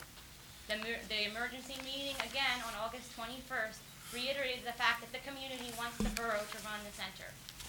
Okay. So that's what we're standing by, and that was in the original proposal. Council, when the center worked well, you were running it of operations, and you had directors that were qualified and their heart was in it. I am sitting here tonight because of you running the Ricketts Center with the right director that cared for the people and the young in the community. It worked. That's what works. So are you saying you'd prefer to have the borough run it rather than Strive? That's what we just said. Yeah. I would say the borough should run the community center with collaboration. Mm-hmm. That's what's important. But just to be clear, the end game is essentially to put the control of the center under a community trust. A community trust, Whereas they would essentially operate independent from the borough or. No, that's a That's the second two option. options. That's the second Yeah. option. And that's supposed to be something that by year 2, which is the contract for this particular RFQ that was stated, is that at the year 2, the borough, the community board would decide if that's the direction they want to go. Do they want to continue to have a functional collaboration, or do they want to part ways and the community board, who at that point has had the training and the development to be fully functioning, start their own autonomous 501c3. I mean, the borough tonight, I didn't realize the borough tonight was presenting, so I'm happy to hear that. Because that's the direction that I think that it should go, and that's the direction that I think that evening, a lot of people voiced that's what they felt should happen. And I mean, there was a quote in the article the other day that came out, that was the history of the center, and in that article it said, a building may house a recreation center, but it is the people that staff it that give it its heart and soul. In that article, the people who ran it were people who lived in this community. They didn't get to go home at night and not live and breathe in this community. Can I say one more thing? Sure, if there are any last questions, this will be the last question. Well, the way I see what they're saying, and correct me if I'm wrong, is the first option, the end game in both of these options, one is for the borough to take over, and the other is for a board to take over. Is that correct? Or Yes. okay, A board to slowly. right, right. 2-year timeframe. Right. So the first one, strive is to work with the borough at first, running the center. As the years go on, and how many years? As the years go on, 3, 5 years, whatever? It's a 2-year. And the two- and- RFP said and 2 2 year? years. In a 2-year, maybe 3-year period, it slowly resolves into the borough taking over the center and strive phasing out. Correct? Correct. Or no? Okay. I And mean, then, programmatically, Strive would be a community, maybe a community and still partner of that volunteering, borough. still helping, volunteering and things like that, just being part of the whole process. Well, we're a Even part of at the the end. process, Yeah. but just like Justin spoke about before, there's ways of partnering with other organizations and contracting with other organizations for programming. I mean, I think you spoke about that And then- at one of the meetings. And the second option pretty much is it starts off pretty much the same, strive, working with the borough, this time forming a board, correct? Absolutely. And then the same phase out happens, but except at the end, the board takes over at the end. Absolutely. Correct. And also during this time, forming a 501c3. Those are two options. Yes. So, most of you here as council, I'm getting to know you. We're talking. We're sharing stories. We're dancing. Here's what I want to say. I walked into the Ricketts Center 2 weeks ago. I'm pushing and helping with the community for another option because I don't feel the option that was there. I thought it could have done better for the community, and you can see that it could have done better. I walked into the Ricketts Center, and 20 kids ran up to me, hugged me, and covered me, and I sat down with tears in my eyes. Because I said, I'm pushing for this new option because I believe the borough, the community, the school district plays a role in the success of our community and it growing. I'm pushing, but I haven't even been here in a few months. So I walk in and they're all running. We saw you at school. You're here. They know me. And you know what I thought of tonight? I said, I want the same thing to happen with you. You might say that, but you're the borough manager. And you're the mayor. And it should happen. You should be invested. I want that to be the case. That's what's on my heart for us as a community. We have to play that role and connect that way. That's how we'll win. I had 2 young people come up to me in the lunchroom the other day. And they had met Stephanie over the summer in a program that I run in Pottstown.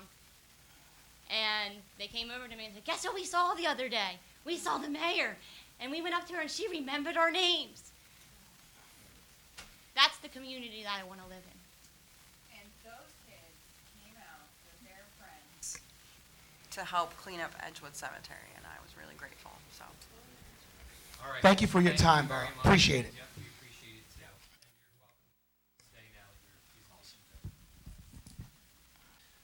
All right, we're ready when you are. So on the screen are just some pictures of some of the things, but I was going to spend my 5 minutes really helping to summarize the proposal that we submitted. On page 3, the proposed scope of services that we were offering. are really to expose participants to challenging and exploratory experiences in the broader community. YW's mission is to eliminate racism, empower women, and promote peace, justice, freedom, and dignity for all. And the way that we integrate the mission into all of our programs is most evident in how we serve young people.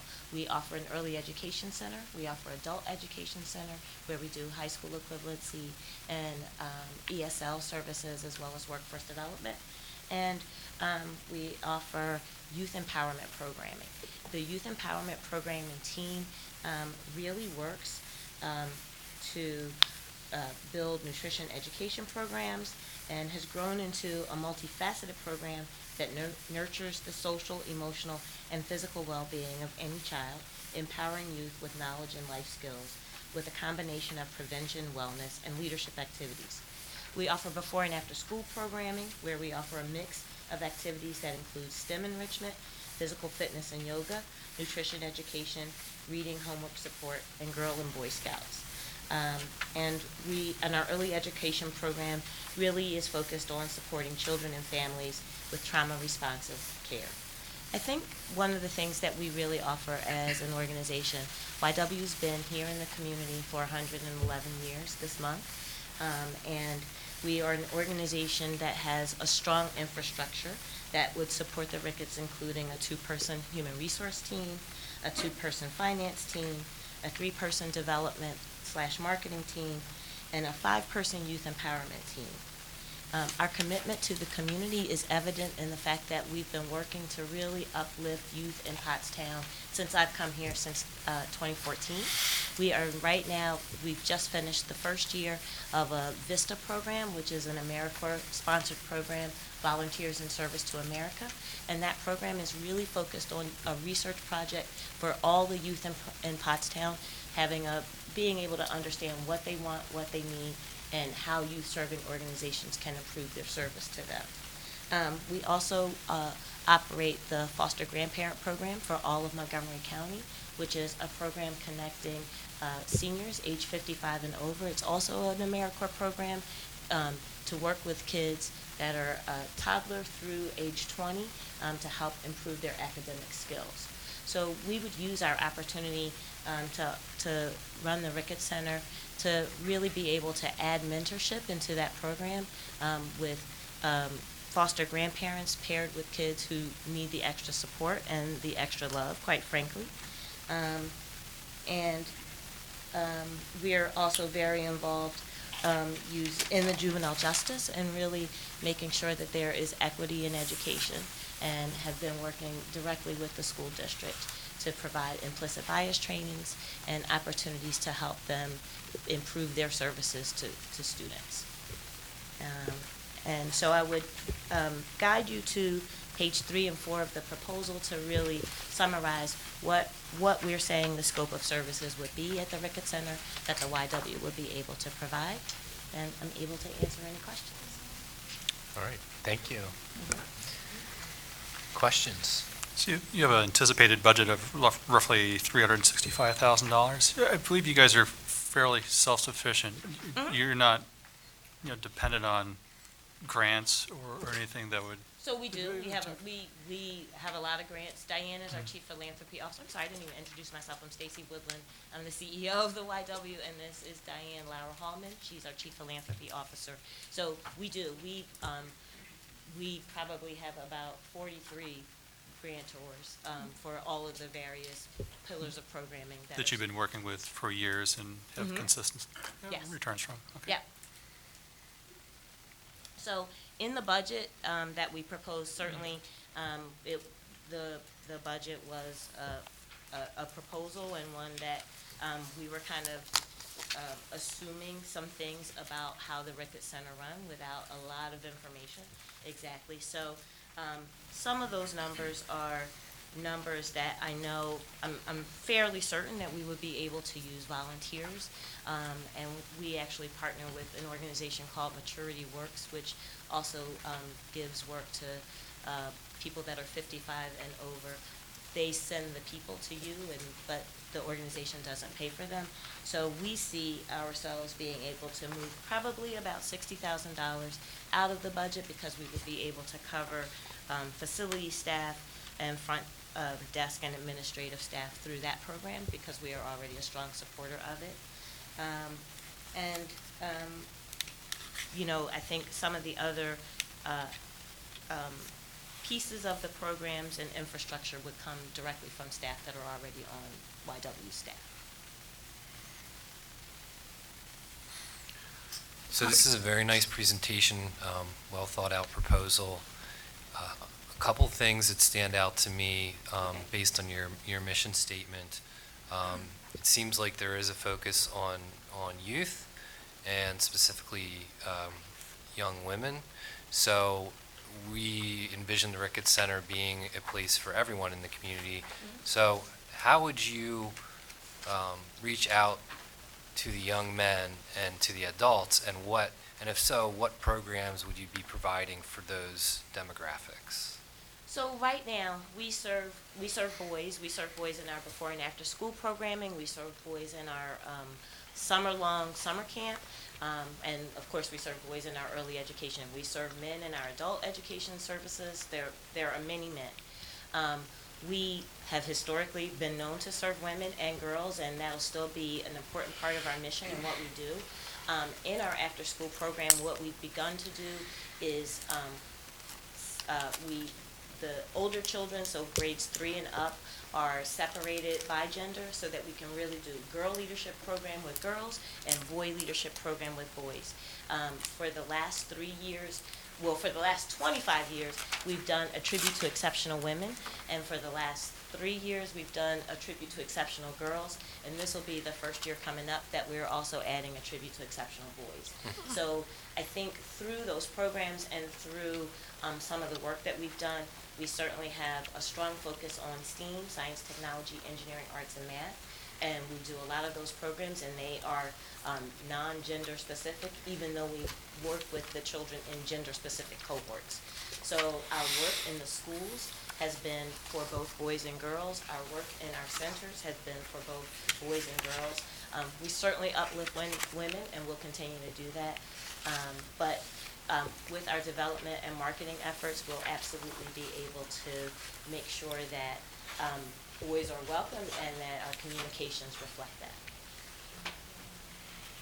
We also we have a strong parent engagement program that focuses on both moms and dads and how to get resilience for yourself and your children, and to be able to build both strong young men and young women. What about collaborating with other organizations? So that's what we do best. We're strong collaborators, evidenced by the fact that we have 43 funders. Those are all collaborators of the YWs. I think since I've been here, since 2014, we have strong collaborations throughout the community, and we would be interested and open to partnering with anybody who would be able to support the mission wholeheartedly and willing to work together. Does your budget include any contributions from the borough? It did not. Did not.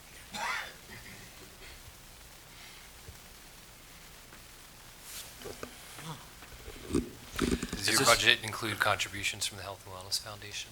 So our budget didn't include this was a budget that didn't include revenue.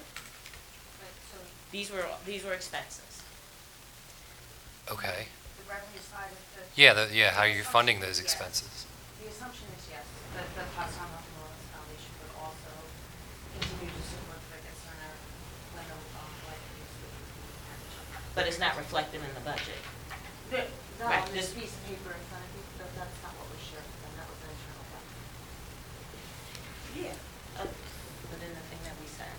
Right. Okay. Now we shared expenses. Right. Yeah. And for the borough, is there a revenue line item from the borough? We only shared the expenses side of the budget. I understand In here, that. like, so these numbers that were included in our proposal only reflect the expenses side of the budget. I understand that, Okay. but Is there an expectation? yes. Right, well, you're gonna need some money from us, basically. so absolutely, I think so, especially given if so there's a lot of unknowns, I think, and if the expectation is that we would take over the running of the Ricketts Center beginning in January, this is an unbudgeted thing in our current budget. We're a fiscal year, so we operate, our budget is July 1 through June 30th. And so adding this to the budget would be a hardship, and there's going to need to be, we would need to figure out how to manage for this 6 month period. Okay. And after that, it'll be ongoing contribution from the borough, the next year. I would Do assume you so, foresee? yeah. Okay, I just wanted to get clear that. Yeah, of course. Is this something that you're seeking to do ongoing throughout the years, or is this something that, so you're looking for a long-term situation? Yes, Okay. absolutely. The programming at the Ricketts Center, I don't know if there's a difference between what you do and the program at the Ricketts Center, and you'll be able to bring the two together. Yes. So we've listed a lot of the activities, and I would say a lot of the activities offered at the Ricketts Center mirror a lot of the activities that we give as enrichment opportunities for students in our before and after school program, certainly in our full-day summer day camp. And I think we have a wonderful youth empowerment team, always really looking to give exploratory opportunities for young people, as well as things that we know that they want to do. One of the things that 3-year research project that we're working on, we just finished year 1 of it, and it really has developed a lot of survey tools that are going to be implemented to really find out what are the things that youth in Pottstown are interested in doing. What are caregivers interested in having for their for people, and what are youth serving organizations offering already? So our goal is to make sure that we have our ear close to the ground and we understand what kids want to do, and that we're finding ways to make those opportunities available. I'm just curious. Do you Yeah. live in Pottstown? I don't. Okay. Do you often, since you're the CEO, do you go into the YW often? Do I go into the Like this one, that's in Pottstown? the YW? Yeah. I'm there every day, all She's day. stationed there, yeah. I don't know. Yes. I don't know you. Like, I don't know the. Right. So everybody. I don't YW. know. So thank you. So Yes, thank YW you. it's a national organization with about 210 associations throughout the country. There are 15 in Pennsylvania. We're the only one in this area. The next closest YW is in Bucks County, and then all the rest of the YWs that are in Pennsylvania are in central and western Pennsylvania. Okay, so we have time for one last question if there are any more. Anyone else? I'll go. How does the Ricketts Center fit into your overall plan for what the YW is trying to accomplish? I understand you're in the middle of a fundraising campaign for an expansion at your existing facility. I also understand that you may be interested in teaching GED classes. And how does, maybe not, how does... We do. So yeah, we already do. yeah, okay. Yes. Okay. How does the Ricketts Center fit in with all of that? So we are strongly engaged in building youth up. We are in 11 school districts with the Youth Empowerment Program team. We have the before and after school program. The mission of the YW, promoting peace and dignity for all, is really inherent in any of our youth-facing work. We are really working to help youth find themselves, find their way, and be able to give back to the community. We build in opportunities for advocacy, opportunities for community service, and opportunities to really learn something different. That's what we've done, I think, since its inception in 1908. We've been on King Street since 1913, and there have always been youth-facing parts of the organization. It's always been, that's been the bread and butter of the YW. Most YWs have really strong youth-facing programs. Thank you. Yeah, Thank you very you're welcome. much. Thank you. And I remember the old building that used to be there too, before they built the new one. All right, could someone get Boyertown Thank you. Multi-Service for me, please? Thank you so much for having us tonight. My name is Lydia, and this is Anita, and we're here on behalf of Multi-Service. Anita is a board member, and I'm the executive director for Multi-Service. For us, when our organization heard about what was happening with the Ricketts Center, our board just felt very passionate about not seeing the programs end for the community and for the children that are being served. So for us, it looked like an opportunity for us to put. Can you speak more into the mic? Sorry. please? For us, it was an opportunity to put our information out there as an organization that would be interested in supporting the center. So a little bit about Multi-Service. We were founded to support those in need in our community. We have a fantastic leadership team that's highly qualified. We have a very caring staff. We also have a diverse and compassionate board that is very involved in our programming. Our board's goal is to provide high quality programming and to help more people and serve them really well. We offer responsive, strategic, evidence-based programming. So our programs are, they serve youth all the way through seniors, and they help low-income individuals and families. We address hunger and homelessness in the community with our case management services, as well as many other programs that I'll go over in just a minute. We do have experience managing capital. We have a large building, a large infrastructure that supports our programs. We also have an extensive volunteer base, so over 600 active volunteers make the programs possible, and we have over 45 years of serving the community. So this is a quick overview of our programs. We have the center at Spring Street, which serves 1,500 active members a year. We have the Wellness Council, which is, it provides health and wellness programs to youth and adults. Our Meals on Wheels, which serves homebound seniors in the community with over 170 prepared meals. We prepare them on site in our commercial kitchen. Congregate meals, the same, is served in the center. We have Preston's Pantry, which distributes over 15,000 pounds of food to hungry every month. We have our case management services that meet the needs of the community, ranging from homelessness all the way to helping them fill out benefits assistance to school supplies. And we have obviously volunteer opportunities. We engage over 600 volunteers a year to make our programs possible. Right now our organization is in the position of growing to serve more people in the community. Right now we operate with about a $1.5 million budget. We have strategically invested in development staff to be able to fundraise as our expenses are increasing relating to program growth. We also need to make sure we have increased revenue to cover the growth in our programs. So we have a director of philanthropy, a grant writer, and a development coordinator that support our fundraising and in a variety of ways. We have contracts with the county, individual giving, special events, grants, a really diverse revenue stream.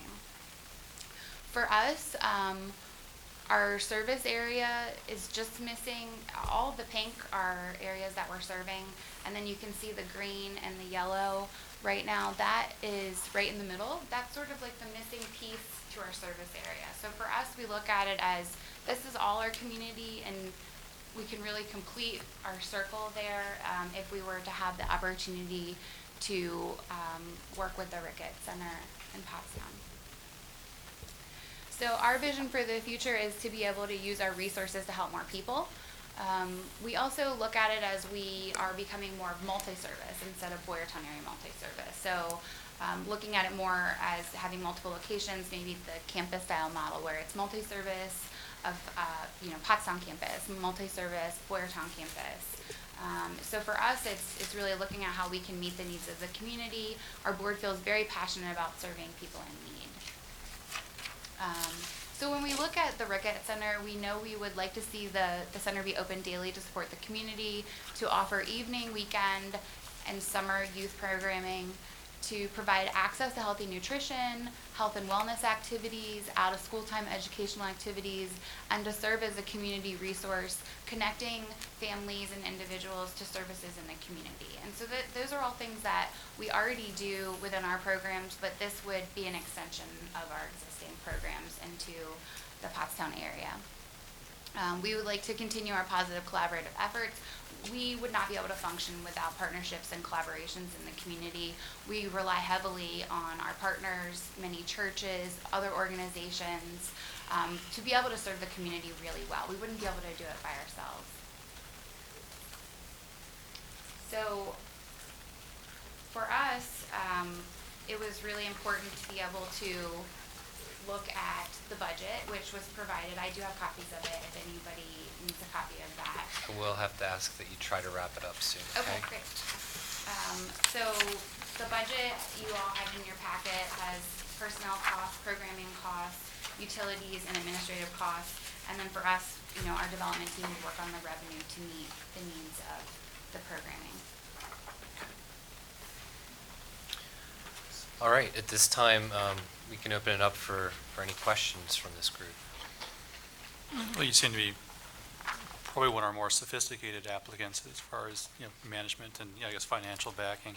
But I guess some of the concerns are, since you're, technically not from Pottstown, and you really have not, managed, any youth programs, mostly for, I guess, majority of your programs are for, shelters and seniors. How well do you think you'll be able to integrate into the Pottstown community? So we do have youth programming. Our case management serves families of all ages, a lot of youth programs. We work directly with the school district for those, and we also are with the Wellness Council. We are doing after-school programming and homeschool activities in our building as well. In terms of integrating in the community for us, our board president is from Pottstown, and also a lot of our staff and the people that we serve are from Pottstown. So for us, I don't think we view it as a community. We're 7 miles away, our building, from the Ricketts Center. So for us, it would really be about just building the relationships and the partnerships, which we're really good at doing, and building those in the Pottstown community more to support the programs that we would offer. So if we were selected to operate the Ricketts Center, that would be the first thing on my to-do list, would be to nurture the relationships and the partnerships that we would need in the community to make the program successful. How about diversity? Because Pottstown, we have in the Ricketts Center, there's majority African Americans. Now, do you, Borough, and where your community is, do you have any African American children there that have maybe some home issues that you may have to address? Is there someone, when you come into, if you come into Pottstown, will you be able to handle that? Because you have to know a little bit about the town too. You know what I mean? So. Sure. So our organization serves everyone without issues. We don't discriminate at all. Our case management program serves families that are struggling. They're facing homelessness. They might be living out of their vehicles. They're struggling to provide food for their families. And we put the right staff in place to be able to handle the type of situations that are being addressed. So for us, we put a lot of importance into picking the right staff to be able to handle the situations and to be able to serve people really well. So I look at it as we would put the right staff in place to be able to nurture the youth that are coming through, to have effective programming that's being offered, and to make sure that it's a really high quality program that's serving the community really well. Now, will you be able to go outside of the Ricketts Center, like going to the neighborhoods and going to, like we have a lot of things going on in Pottstown, and this is a village. Yeah. And we have Rock the Block. We have a lot of stuff going on here. Yeah. And will you guys be willing to show your face in the community to let them know? Because I think that was one of the problems with all of that. Like, they were from Reading, and they didn't do as much in in the community wise? Yeah, I think for us, we're really passionate about making sure we're a good partner in the community, and that doesn't mean just when we're in the building. Our center right now that we have in Boyertown, we participate in the Halloween parade. We do everything. We partner with the YMCA. We do the trunk or treat. We partner with the Salvation Army all the time. So we make sure that we're very visible out in the community. We're doing things with the chamber. We host networking events in the building to get people in the building to do tours. So for us, we're really used to doing things in and outside of the building, and we would do the same in Pottstown. Absolutely. Does your budget include a contribution from the borough? I'm sorry? Your budget, does it include a contribution Yes. from the borough? So we put in here a $40,000 contribution from the borough. The remainder of the funds was coming from fundraising. So for us, we have a development team. If for some reason that funding diminished or declined, we would pick it up in other areas. And do you see this being a long-term situation? You're in for the long term? Yeah. And for that long term, do you expect a contribution from the borough throughout that long term? I think for us, we've been in situations, we were heavily funded by the county, and that has declined over the years significantly. And so that's why we diversified our revenue, so that we're not reliant on any one revenue stream to offer our program. So for us, it would be a matter of just figuring out what other revenue stream we would come up with to fund that gap. Do you plan to operate the Ricketts, like a board separately operate the Ricketts, or are you going to operate it from your office? You see what I'm trying to ask? Sure. So our programs have steering committees. The center right now has a group of, it's called the membership committee, and they meet monthly to talk about finances and programs directly related to their program. Our pantry is the same thing. We have a steering committee for that. Meals on Wheels has a group of volunteers and a small steering committee. So, and the Wellness Council has that as well. So I would envision we would have a steering committee, and so that's in addition to our board. Our board is overarching over the whole organization and all of our programs, but each one of our programs has a dedicated group of volunteers that make sure that they're sort of the voice for that program. So it's like a separate local management group or something? Yeah, we usually call them steering committees, but it just depends on the program, how it's structured and how big it is, and who's interested in being involved. Are you willing to have people who live in the community involved in that board? Yeah, and so absolutely, we would have people from the community involved in that board, and the same with the hiring. I look at it like if we can, tap into the resources directly in the community for the hiring too, for the staff for the building, that would be really important to us. Are you two on the board? I'm the executive director, and Anita's on the board. Okay.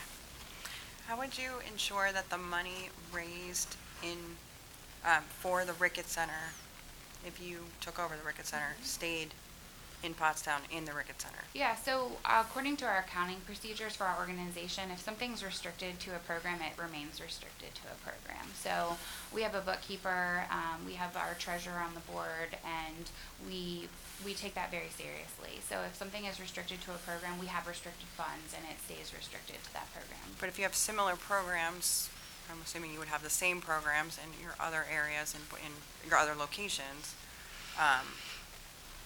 That's not necessarily restricted fund to a specific area. So right now, if we get funds in for basic needs or food pantry, it's put into a pot of money just for those programs. So if someone was donating for Ricketts, it would stay restricted for Ricketts. If we were applying for a grant that was for youth services and we put in the grant application wellness homeschool programs and Ricketts Center, it would be allocated appropriately depending on the budget that was submitted with the grant. So if we were seeking, $10,000 and $7,000 was supposed to go to Ricketts and $3,000 was supposed to go to wellness, we would ensure that that's accurately tracked and done through our accounting processes. But general fundraising for the community center wouldn't be, it would just be allocated according to your organization. And if it's coming in through the community center, it stays with the community center. That's the same thing with our center right now for the seniors. If it comes in through the center for the seniors, it stays for their programming that's offered.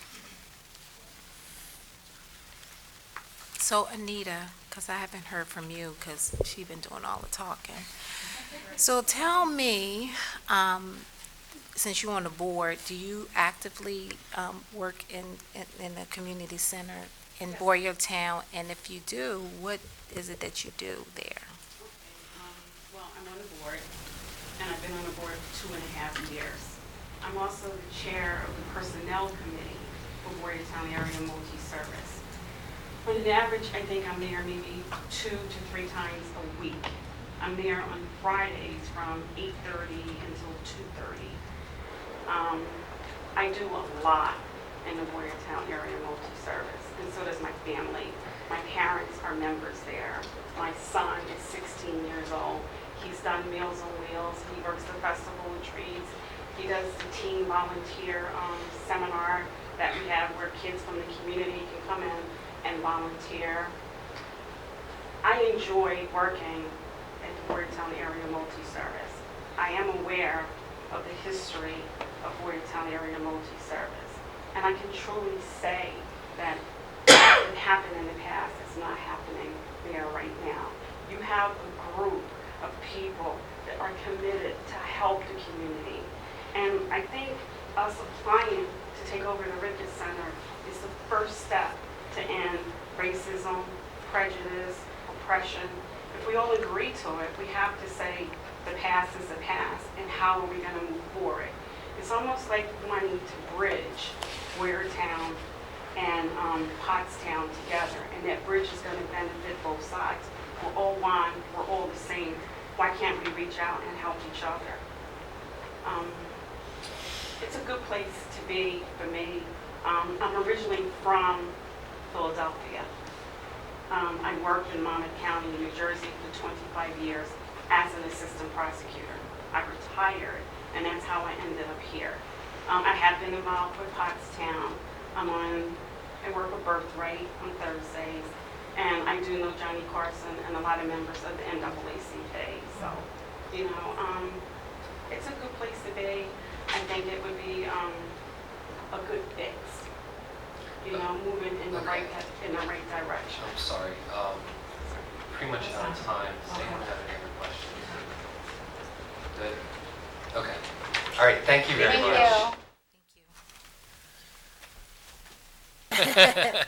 No. My name is Michael Leonhardt. I'm the Parks and Recreation Director for the Borough of Pottstown. With me today is Andy Graham. She's your Programs Coordinator for the Parks and Rec Department. Together we are your Parks and Recreation Department. Let me begin by just saying we're not technically a respondent to the RFQ process. You have full respondents that Parks and Rec here is not in competition with the other folks presenting. What we're here for is we are already responsible for the Richard J. Ricketts Senior Community Center. It's already part of our duties. The question is to what degree you want that to happen.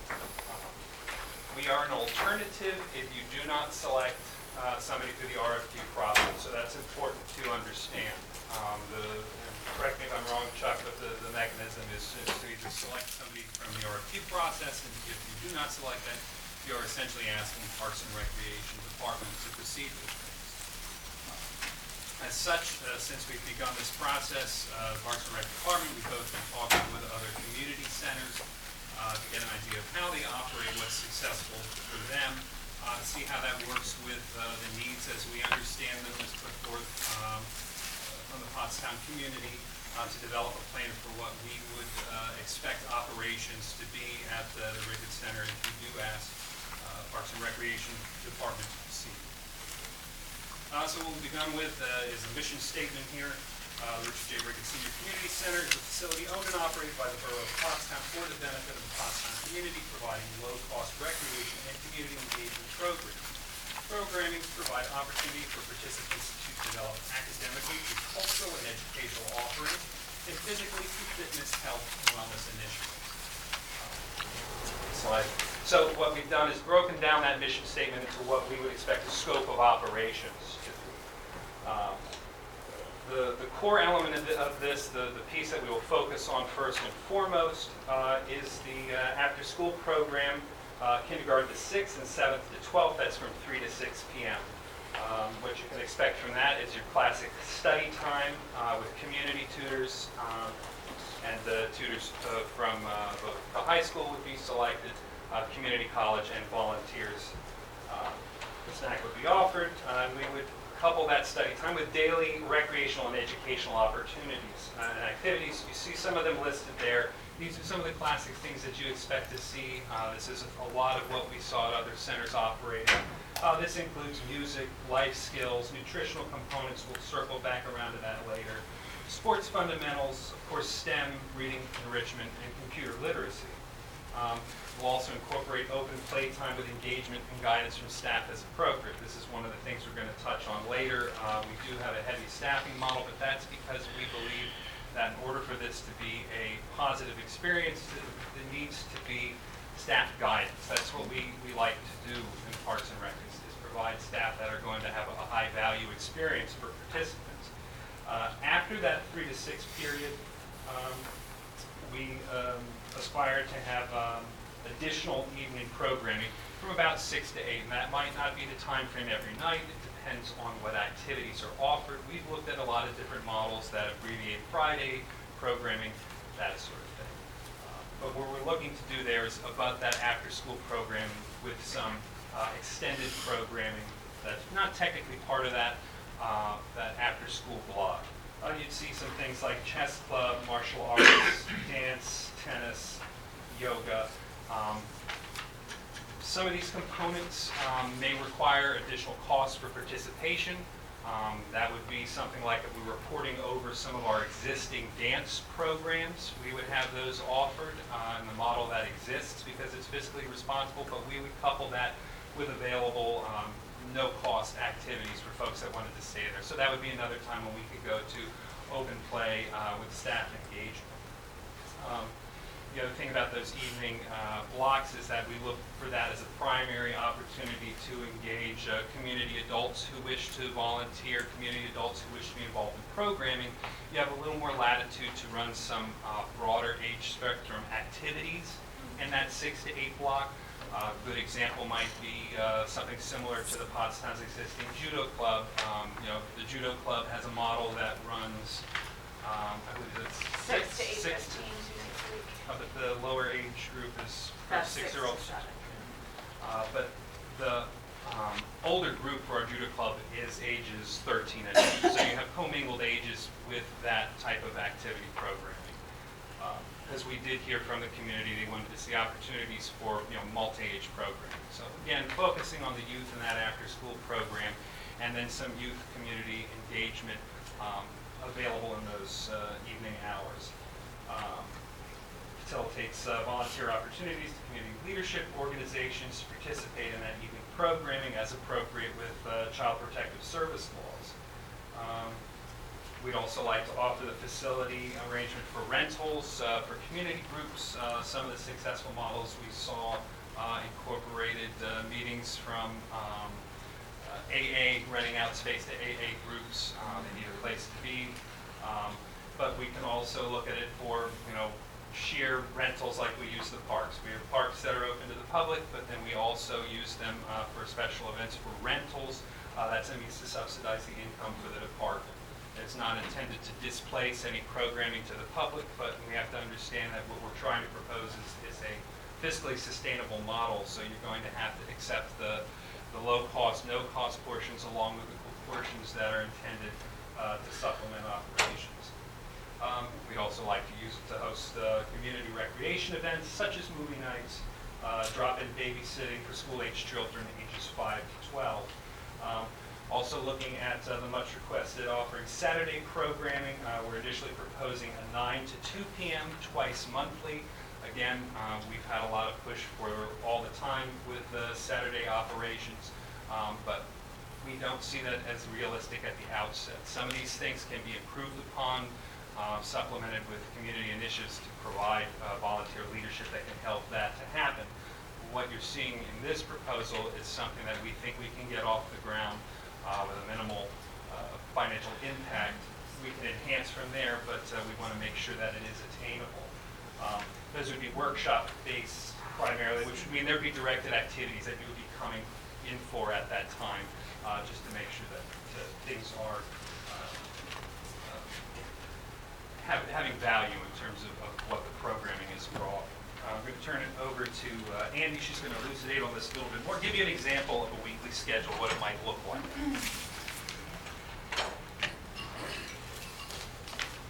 So just off the cuff, I've done a lot of research, as Michael said, on other community centers, also my personal experience over the years. A good model for after-school programming, 3 to 6, is what he already talked about. There would be homework help. That would be both mentoring from some of the local schools, College, The Hill, Pottstown, even potentially Pottsgrove, and community volunteers as well. And additionally, we would have support from some of the other entities that have expressed interest in being involved. And then that would be your 3 to 6 model. Those kiddos would get a meal before they left, if they so choose. I've already talked to the county about working with a program for them to supply the food. And then from the 6 to 7:30, 8 o'clock model is going to be offerings like Michael had already covered, such as yoga, maybe twice a week. Martial arts, I have some different avenues there to tap into, as well as dance and Friday nights, if we do operate, that would be more like a free time for kids to sort of relax and, just like we all like to do, kick their feet up and just, detox from the week. Beyond that, that's your basic model.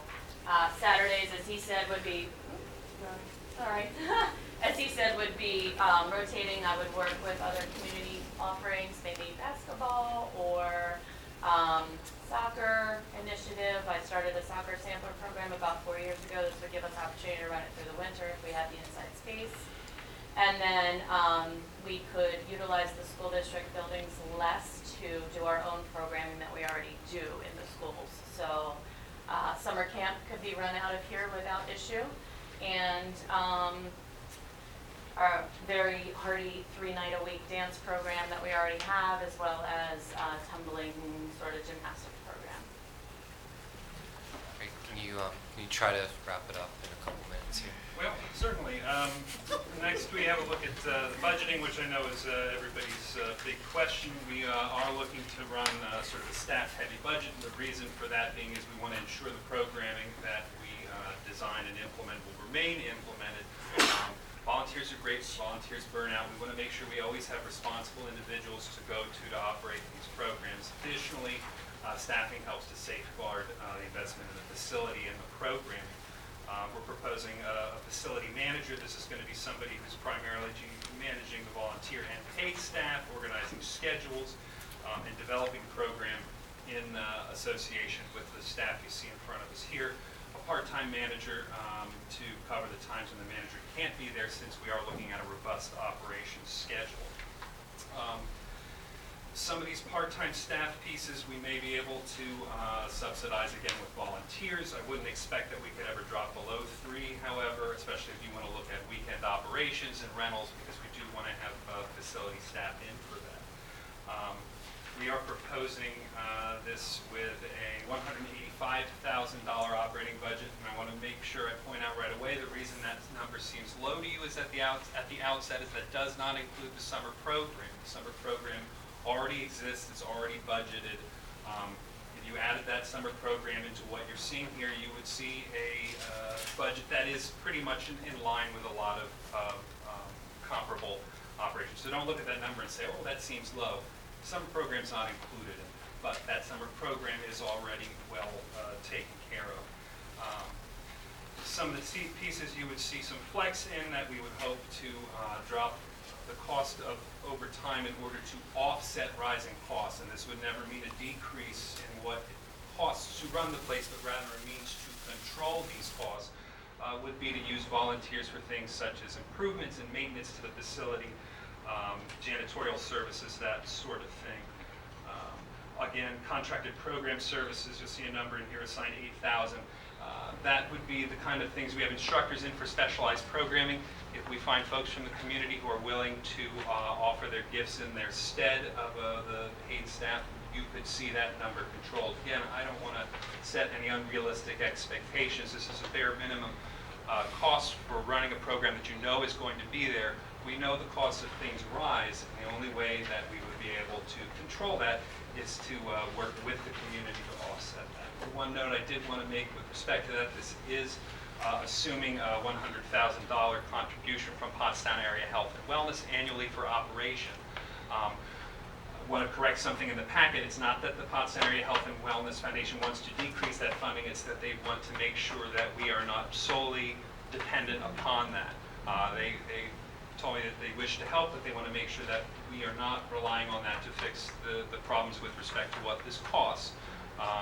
In order to do that, we need to make sure that there's a full buy-in from the community that we're funding things appropriately.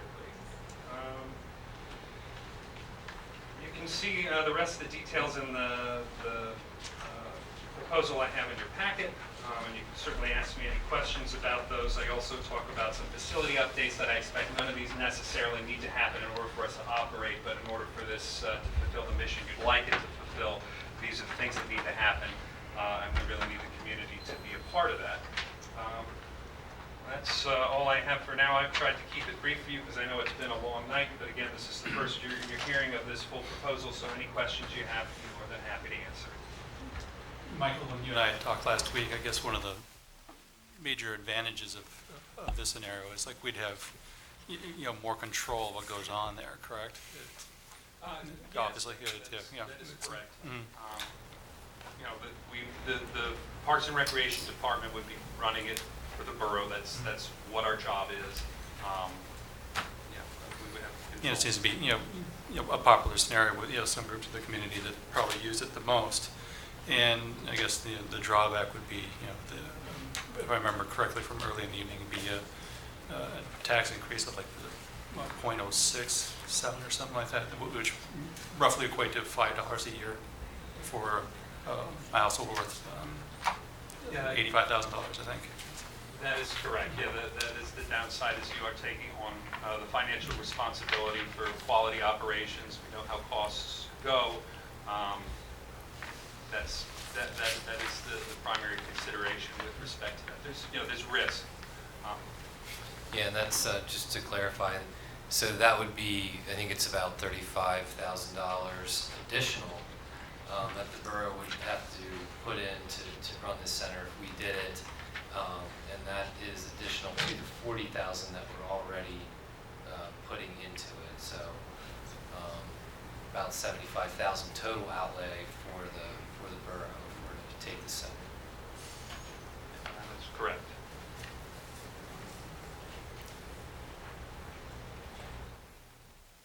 Are there any other questions? Andy, why don't you tell us a little bit about your background with children and your education? Sure. So I have a master's in education. I've worked with children for 27 years in some capacity or another. Started out in a classroom, worked my way up to general operations. I was a regional director of a child care facility, and I had 10 centers between Pennsylvania and New Jersey. Very familiar with the laws, how ratios, how children need to be handled for their best interest and safety all around. I've worked in public schools, I've worked in private schools, so I have a large skill set to offer. Okay. Any other questions? So you would be the facility manager? No? No, I would oversee. Okay. Oh, from the borough standpoint. I see.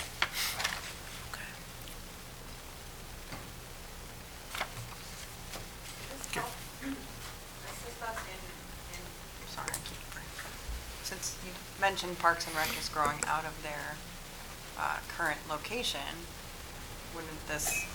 would you be able to use? No, it's not suitable. I mean, when we say that, we're talking about equipment storage, and we start to lay more items in bulk. So we have a good example is salt and mowing equipment as we get more property. So we're looking for storage space with respect to that capital item request, and that is, you don't see that at Rickey Center, unfortunately. Right? Yeah, no, I don't think we already have a problem with people gymnastics equipment that play in salt. needs a home. However, that being said, the school district has already informed us that we don't have a home for summer camp next year at this point, and they've already taken away space for some other programs that we used to operate We out need to of. talk. So, You see, I'm looking like, what? We'll see. Oh, my man.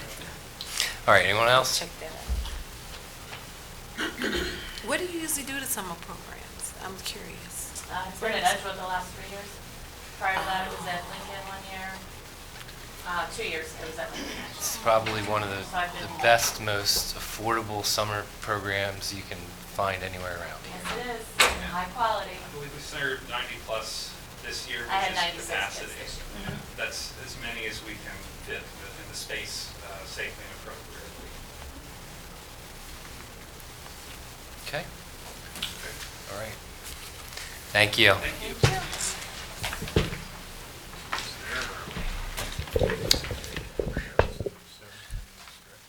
Huh. I gotta ask you about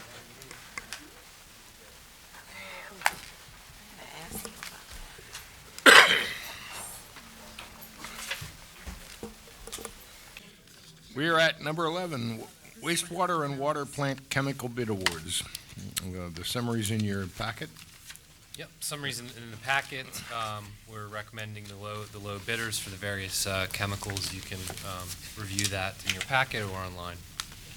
Okay, and we'll list that for Monday evening. 12 is a resolution for Pico Green Region Grant, the Colbrookdale Railroad. Yes, so this is a grant that the Colbrookdale Railroad would like to undertake to construct pedestrian improvements from the newly constructed station down into Memorial Park. The reason why they're asking the borough for the resolution is because the borough has to be the applicant. We do not have any other immediate projects that we're targeting for this grant source, so we would recommend approving that on Tuesday. Okay, any discussion on this? If not, we'll list that. 13 is a resolution for the water rates. At the last Borough Authority meeting, the authority did vote to reduce sprinkler rates to be more competitive with some of our other operators in the area. So they would like to seek council's blessing on that rate change as well. Very good. And we'll list that for Monday. 14 is a resolution. This is a money purchase retirement plan. Yeah, so as we mentioned earlier, we're moving all new hire employees on January 1, 2020 into a defined contribution plan. So in order to do that, we need to set up a money purchase plan through ICMA, RC, in order to get that fund started. All right, and we'll list that one. 15 is Howe Associates Recycling Data Grant. So this is each year we consult with a recycling grant expert to get money back for the items that we recycle. We're recommending that we execute an agreement for $8,000 a year for Huff and Associates. And this would be for 2019, 20, and 21 for the next 3 years. So on average, they've been getting us back about, I think, $40,000 to $50,000 annually through the grant that they're writing. Okay, we'll list that for action for Monday. 16, parking lot trees, Saldo. You want to take it? This comes out of a recommendation from the Borough's Planning Commission. At the last meeting, they had voted to recommend to council that they consider amending the subdivision and land development ordinance relating to parking lot trees. Mr. Hilton had provided some history when the ordinance was originally enacted, I believe back in 2003. The ordinance required 1 tree to be planted for every 2 parking spaces in a parking lot.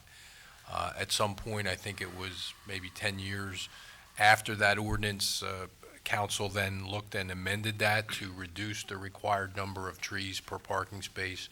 Currently, I believe it's 1 tree per 8 parking spaces. Planning Commission discussed it, and Dan, you can speak on it better than I. But I think Planning Commission was recommending a change to the ordinance based upon the prior ordinance. Okay, so that would change the requirements from 1 tree per 8 parking spaces down to 1 tree per every 2 spaces. And actually, at this time, I would ask that we send this to our ordinance review committee and have them take a thorough look at this and compare it with other communities. Like that? Okay, there's another job for you, Ryan. Okay, and we'll do that. We'll send that to the ordinance committee. 17, the zoning variance request. Janice Musselman Gem Home Solutions, 441 King Street. This is listed on your agenda because you guys normally at least review applications that are submitted to your zoning hearing board. In this case, the property is at 441 King Street. The applicant is requesting a special exception to permit the property to be used as a group home. It is located in the traditional town neighborhood zoning district. Pursuant to your ordinance, this use is permitted by special exception. So the applicant has the burden of establishing to the zoning hearing board all of the criteria outlined in your ordinance to entitle them to the special exception. I would point out in this case, there is an additional request for relief, and that's in the form of a variance. I believe your ordinance allows only 6 residents in the facility. I believe the application is asking for 10, and as a result of that, there's also a trigger of the number of parking spaces, which is also tied to the number of residents. So that's a variance they're asking for the zoning hearing board. Obviously, we don't know the background or circumstances of why they want more than 6.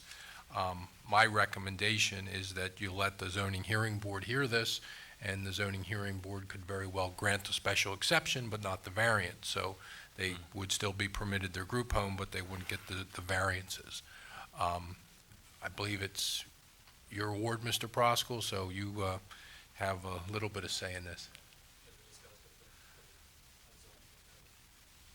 Okay, I think right now, by the way, I think the property's listed as a 2-unit, so it's a 2-unit dwelling even though it's a single. So this would at least result in a consolidation and back into a single family. At least it's shown that way on the application. Mr. Place, do you want to weigh in on that? It is a single-family residential at this point in time. Okay. It was never converted, it was never a 2-unit. And again, the application suggests that it is. I'm just reciting what the application said. So, Mr. Proskal, would you like to see it go to zoning with our comment? Zoning deal. Okay, so we don't need to list this for Monday. 18 is Harb. The document is about their agenda. And we have some properties for approval. 940 East High Street, 912 East High Street. 912 was actually recommended to deny. Or I'm sorry, 940 was 940 recommended is to deny. recommended to deny. 912 and the rest are for approval. Then in 19 Harb, administratively approved. 100 North Hanover Street, 344 King Street, 121 King Street, 107 King Street, and 990 East High Street. I think that's it. Yep. So we'll put those on for Monday evening. 20 Light the Night, October 31st, 2019, Victory Christian Life Center. Requesting a road closure between 4 and 9 p.m. on Washington Street between King Street and Buttonwood Alley. Okay. There are no problems there. We'll list that for approval Monday evening. 21, Halloween Trick or Treat, Franklin Street, October 31st, 2019. So this would be from 5 to 9:30. They would like to close Franklin Street between between Diamond and Wilson. Between Diamond and Wilson. Okay. No problem there. We'll list that. 22, Triburan Foxtrot. Well, I just have a question. So we declared trick-or-treating from 6 to 8. So are they saying they want trick-or-treating until 9:30 or just the road closure? They want the road closure From 5 to 9:30. I think there's some time build in there for setup and takedown. Yeah. Okay. All right, so we'll list that. 22, Tribune Foxtrot 5K on May 16. What do they want closed? So they would use the same courses they used last year. The required closures would be at 10:05 a.m. and they would finish before 11 a.m.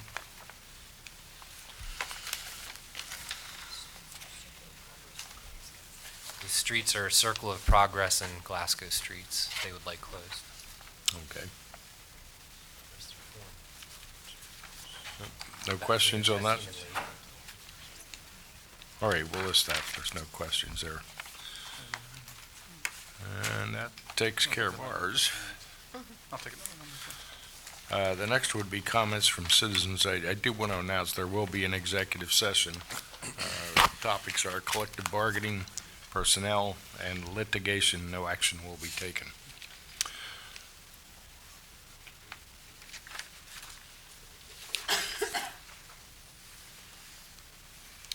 Marshall Evangood, please. Good evening, councilors, council president, and mayor. I just want to share with you that the Pottstown Area Police Athletic League is going to be having their 13th annual food festival, and that will be held this Monday, October the 14th, at Copperfield Inn on West Ridge Pike in Limerick, and it's from 5:30 to 8:30. The pre-sale ticket price is $20. And you can purchase them at the POW office at 146 King Street or via their Facebook page. On the day of the event, at the door, the price is $25. If you're new to this and you've never been to a food festival before, I don't know if you have, Trinita, how it works, I did this, how it works is you purchase the tickets and POW, upon the entrance to the event, we have 15 plus local restaurants, and they are going to prepare some of their items on their menus, and you'll be able to go around and sample the food items. We have Lily's Grill, Grumpy's, The Pub, Fort House, Granada's, Seed and Soil, Barista Bagels, Big Daddy's, Little Italy, Red Lobster, Tillo's, Da Vinci's, Chick-fil-A, Sweet Ashley's, Gracie's, Beverly's, and Dice's. And we also have beverages for sampling from Sly Fox, Manatoni Steelworks, and Keegan. Want to bring some additional cash with you because we'll be having basket raffle tickets, and they'll also have a silent auction. And all the proceeds benefit the Pottstown Area Police Athletic League and the programs that they offer for the youths here in Pottstown. Marshall, what time was that again? 5:30. Thank you. All right. I do have tickets if anybody would. Mr. Ecker, please.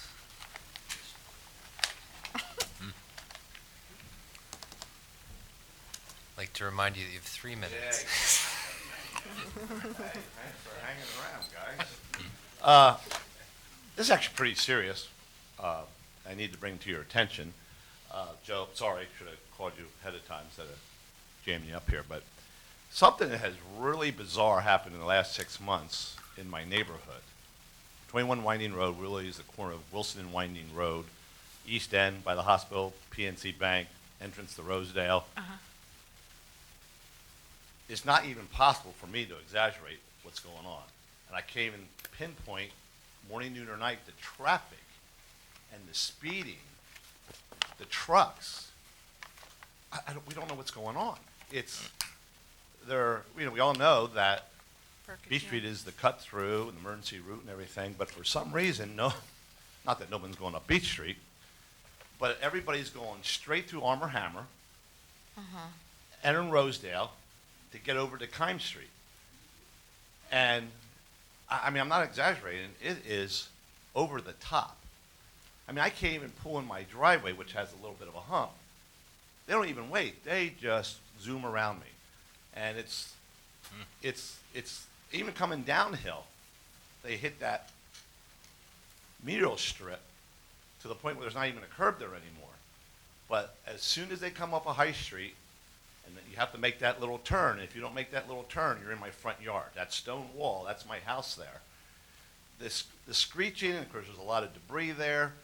And then as soon as they make that corner, it's every day, every hour day. I mean, I have a little bit of witnesses. One happens to be on council here, Stephanie. I'm not on council. She's the mayor. It's really over the top. And something has to be done. I mean, you Right, want I to talk think I about, they brought did put this stop signs in years ago, up to the Windcroft and all the way up, but boy, you want to get money rolling stops. I mean, people going through Wilson Street from High Street to Kime Street, you can make a fortune on the rolling stops there. So, I just want to bring that to your attention. I mean, I do have an immediate solution. I'm going to check with the chief afterwards, and I will donate my time. If he has some of those extra nail spike strips, I'll put them in, and I can probably get immediate results. But Well, Aram, I think you and I talked about this, Brian. I brought this up. I think this all started when PennDOT changed that intersection. That light. And it has become worse because the accidents have gone up and all they needed was the left turn signal. But Yeah, now, the traffic and the speeding is so bad. I almost got hit a couple days ago, whoever keeps messing with the water main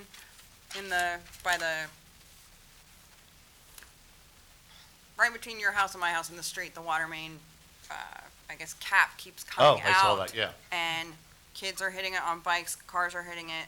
I almost hit it on my car and flattened my tire, and so I went, no cars, went out daylight to move it, to put it back where it's supposed to be, and people just speed up to try to hit you. It's gotten really bad. Yeah, through regional planning, that is one of the intersections that was, designated a concern area, so. Right, but as soon as they quote-unquote fixed it, it got I mean, I know there's Well, activity. no, I it's mean, not regional Windcroft planning, has though. It's expanded. I think they, PennDOT.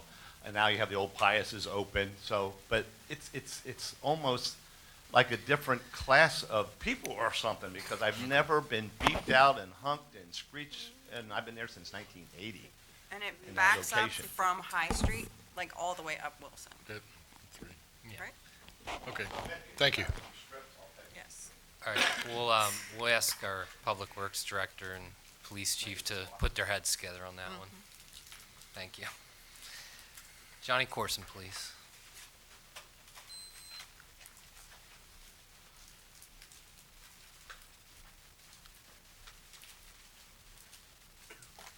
Good evening, everyone. Johnny Corson, President of Pottstown NAACP. 10 years, 11 years ago, I stood in front of you, Newstell Marable, Bishop Devin Knott, the President, council members, asking you to not turn the center over to Outlet Boys and Girls Club. Prior to that, Newstell, Bishop Devin, and I stood here, asked you not to turn it over to the Collaborative Board. I'm asking you, our stance is the Executive Committee, we voted that Borough Council, could you please take the center back underneath the borough and let Parks and Recs run it. If I'm out of line, Charlie, you can tell me that. But I say that to say that I look downtown Pottstown, and when I get off from work now, I drive through downtown Pottstown. I used to take the side streets. And I see how the town is turning around. And it's so exciting to go downtown. Now you see families walking up and down High Street, all the businesses, all the restaurants, the stores opening up, and you see there's life in Pottstown now. And I think that if you took the center back and made it a community center for everybody, not just for a certain group of kids, but make it a community center like it used to be for everybody, you can use that as a selling point to bring more businesses to Pottstown, attract more homeowners to Pottstown. So this is my third time as an NAACP asking you to take the center back and put it under Parks and Recs. And I know there's maybe an increase from you as far as paying for it, but we have Health and Wellness Foundation, we have Hill School, we have Tower Health. We have enough big nonprofits that can offset any monies that the borough would have to pay to keep that center running. Parks and Recs should be able to go to either one of them three and get what they need. If they really care about Pottstown, it's a nonprofit, they're not paying taxes. So if they really want to contribute to Pottstown, I think that Parks and Recs would not have a problem, or the borough would have a problem getting money to offset and make that center a state-of-the-art community center, and you can use that to advertise and bring more businesses and more people to Pottstown.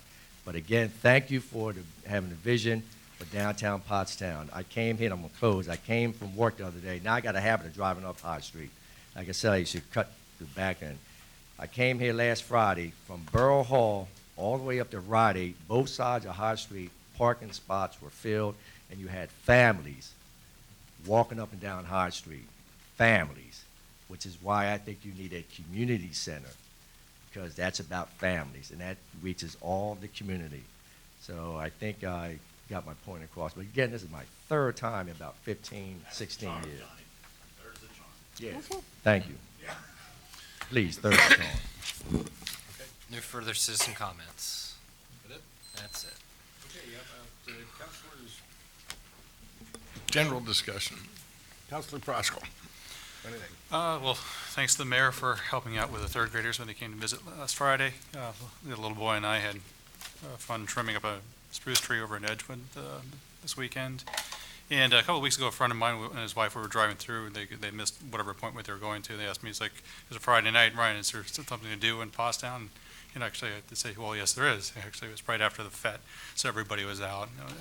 Justin was out there, and took him to the alley and the Blue Elephant. They were duly impressed. So it'll be Vice President Culp? Nothing? Councilor Lebedinsky. Nothing other than my condolences to Joe for his loss. You're in our thoughts. Councilor Lindsay, anything? So everything that the mayor said prior, yes, I did some of that stuff. And there's lights on after school Fall Fest, October 24th at 3 p.m. at the schools. The Boy Scout Troop 99 is having a spaghetti dinner at Grace Lutheran Church from 4 to 7. And Pottstown Children's Discovery Center is having something 10/19 from 6 to 8 at Smith Plaza. Very good. Okay, that's it. I made it short this time, within 3 minutes. Councilor Paez, anything? Nothing. Councilor Kirkland.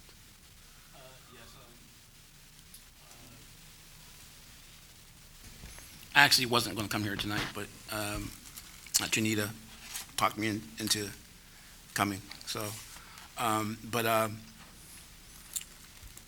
yes, I appreciate everything, all the sentiments. I buried my father 3 days ago. 3 days ago, and I really wasn't going to say anything, but I just wanted to say a couple of things about my dad. Hope you don't mind. First, I'd like to thank everyone. Pottstown's a great place. The outpouring of support I got from Pottstown is tremendous. Facebook alone, probably around 500 responses on Facebook. Cards, calls. I mean, I get out of my car and people in the street hugging me in the middle of the street. The outpouring was tremendous, and it pulled my heart so much. I really thank Pottstown for their outpouring support.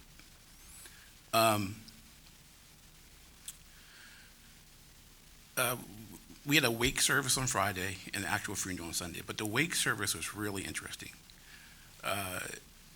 The entire service was people coming up and just talking about things about my dad, history, when they were teenagers and stuff like that. It lasted hours. Hours, all the stories. I learned so much about my dad. Me and my dad's probably the closest because we did a lot of fishing together. Even when I was a little kid. I was the only one that wanted to go fishing with him. So we were probably the closest. And I learned so much about my dad, learned so much of the respect that he had. He had a dream was to build a house with his own hands for his family. He did that. He did that in 1969, 70 in that range. He did it with a $12,000 loan in 1970. He built a house for his family because his family was building. We lived in a town called Borough, Pennsylvania. He played football. He was a star football player. Played in the same team with Joe Namath. And the only reason why he was a huge star. The only reason why he didn't go to college because he blew his knee out his senior year. But the one thing that really stayed with me, all those people come up and saying all their stories, and you learn so much about what he was like.